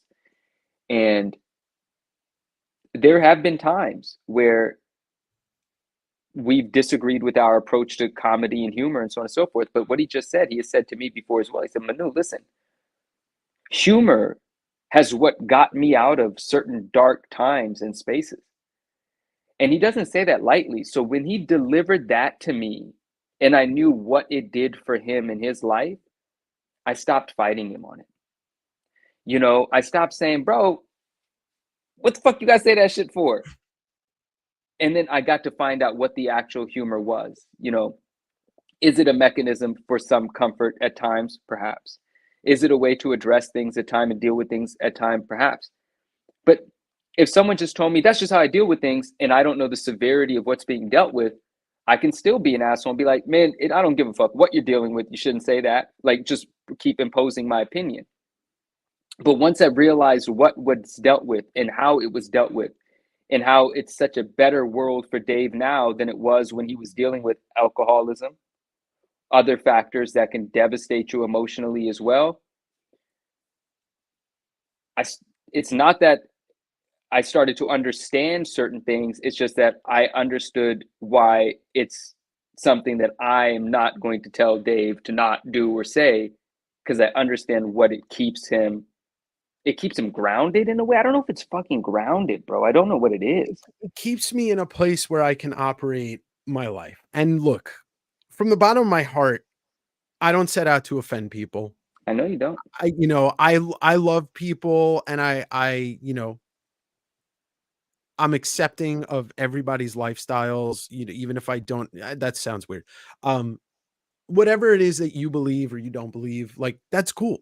I'm not here to tell you either of those things, and I'm not asking people to be me. But when it comes to the comic book space, you know, there's escape, and that's why I decided this was going to be my, you know, my path. Comic books, and my humor is what gets me through every day. Like, I can't, if you turn on the news right now and you look at it from a humanitarian point of view, I don't know how you make it through the news. You know, my parents had it on in the house and I had to walk away because I can't, like, I know what's going on in the world and I can't let it affect me on a daily basis. And this is the place that I created so that I could. And I say a lot of things, it's just stupid, but I don't hate people. I love people. And I never say anything with a racist tone that's actually going after somebody. Look, I'm Jewish. I've dealt with enough in my life on the side of that. But I love this space, and I don't mean to alienate anybody.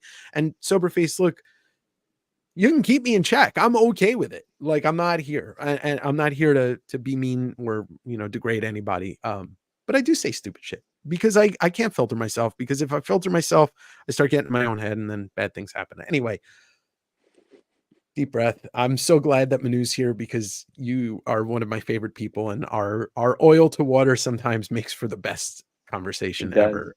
It does. And yeah, well, there you go. Derek said it great. I like what Max said. The commonality. Let's read what Max said. The commonality of life, that none of us are making it out alive. We're all just trying to do our best to try and survive as best as we can. Joshua, I love you. You are fucking awesome. And you know what, Soberface, I appreciate it, man, or woman. I'm assuming man, but I don't know. I don't know. There's only certain people that I know are who they are because they have a picture, like Derek. I try, man. I'm a good egg. I try. I just think of me as Larry David of the comic space. How about that? I think Lamar that is how people think of you. Yeah, Lamar might have said it. Yeah. But man, it's it's tough, and no, it's okay. I'm okay to explain myself because I have nothing to hide, with the exception of the bodies in the closet. But it's, did I say that out loud? I'm not farting, guys. I haven't replaced my chair. Okay. It is a good oil. Oil and Water is a great Incubus song off of Light Grenades. Larry David Wexler. Man, but you know what? I literally try to make this a space where everybody can come and enjoy it. I try to stay away from my opinions that could get me into hot water, because the two things that we're not supposed to talk about unless we're looking for enemies is politics and religion. But look, and here's the thing. Sometimes I say stuff and I'm like, probably shouldn't have said that. But at the same time, I don't want to edit myself, So there we go. Rage, I appreciate that. Yeah. Yeah. It's but true. I look, now I feel bad, and I know I shouldn't, but I feel bad because I know I say some stupid shit, and now I'm just gonna go away. Okay, bye. Dude, I'm just, well, I won't egg you on, but like, yeah, I mean, sometimes you say shit and I'm just like, is that as offensive as I think it might be? Or does he operate on some level of comedy that I don't understand? And I just avoid it entirely, right? Like, I'm just like, I don't know if he's making a reference, or I can't fucking believe he just said that. Whatever, moving on. Who wants to see a fucking card? Like, I don't know how to deal with this fucking guy half the time, Oh, man. But seriously, all honesty, for everybody that's still here, we are hour 3:15, and let's recap a couple of things real quick. Manu, me, we were, it's crazy to say this, we were right. Like, everything that we thought about this entire scandal turned out to be true. And like, even though the inside job was separate from Zanglor, we were right. That there was some.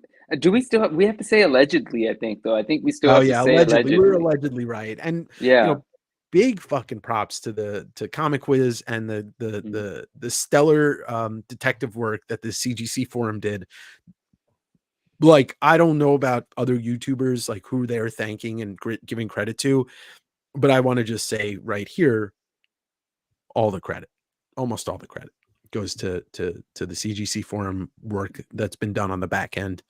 And OAX was fantastic. So if you haven't watched the video that I dropped this morning, please do. About an hour long, lots of fun, lots of original art, lots of cool people to talk to. And I don't know. I'm done. What do you got, Manu? Please talk. Look at you guys made him. Look at you guys made the confident Dave uncomfortable. It's cute. Nothing, guys. Just thank you so much for being here tonight. It was kind of, we were just gonna have a casual catch up, and then, obviously new news dropped, so we figured we'd work that into it.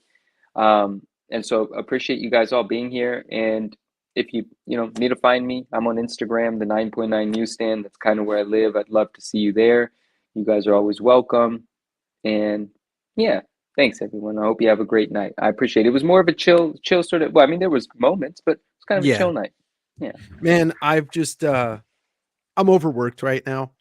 A podcast, YouTube channel, the selling, the buying collections, the interviews, all of this. I'm near the burnout zone, and I think letting me loose tonight might have been a bad/good idea. I don't know. We'll see what happens tomorrow, but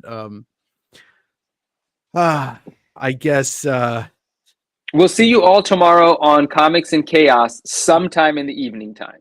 Yeah, and I'll be more sedate tomorrow. Don't worry. But I appreciate everybody for stopping by. Hit the like button if you haven't. New podcast, direct edition. You can find all the links below, the Discord links below. Hobby Hero, all that stuff. Did I visit any comic book stores while in Florida? Lamar, I did. I went to Coliseum of Comics in Orlando. Their prices went up. I went to Tate's. It's probably got the craziest selection in South Florida, but didn't find anything really crazy. But we'll talk about that Wednesday. Yes, and I'll be back Wednesday. Yeah, exactly, Ray. MJ Comics, what up? Sorry. Hi, hello, and looking forward to whenever we get to do something on your channel. We will schedule it. We will work it out. All right. Notifications tomorrow, Comics and Chaos, and then Wednesday is on my channel. Everything else happens on my channel. But tomorrow, Comics and Chaos YouTube channel. Me, Manu, Rage, Nerd King, Automatic, Swag.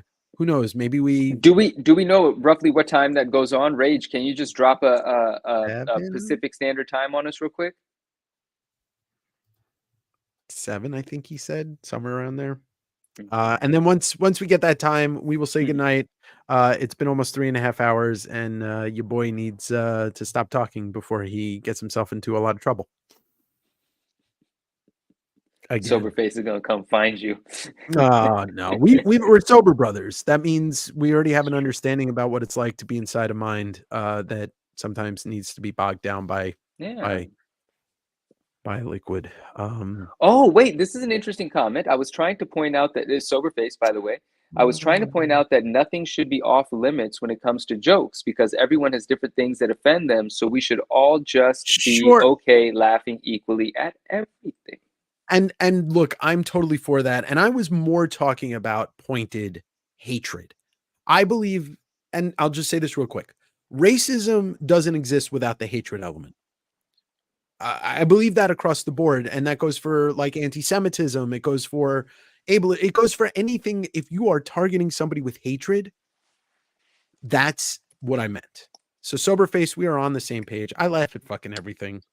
Even when a baby gets punched. I mean, what? All right, everybody. Have a great night. 7 p.m. tomorrow. 7 p.m. tomorrow, Comics and Chaos. All right, everybody. Have a great night. Manu, I'm so sorry. I love you. I love you too. I love you all. Are you ready? Sunday, sit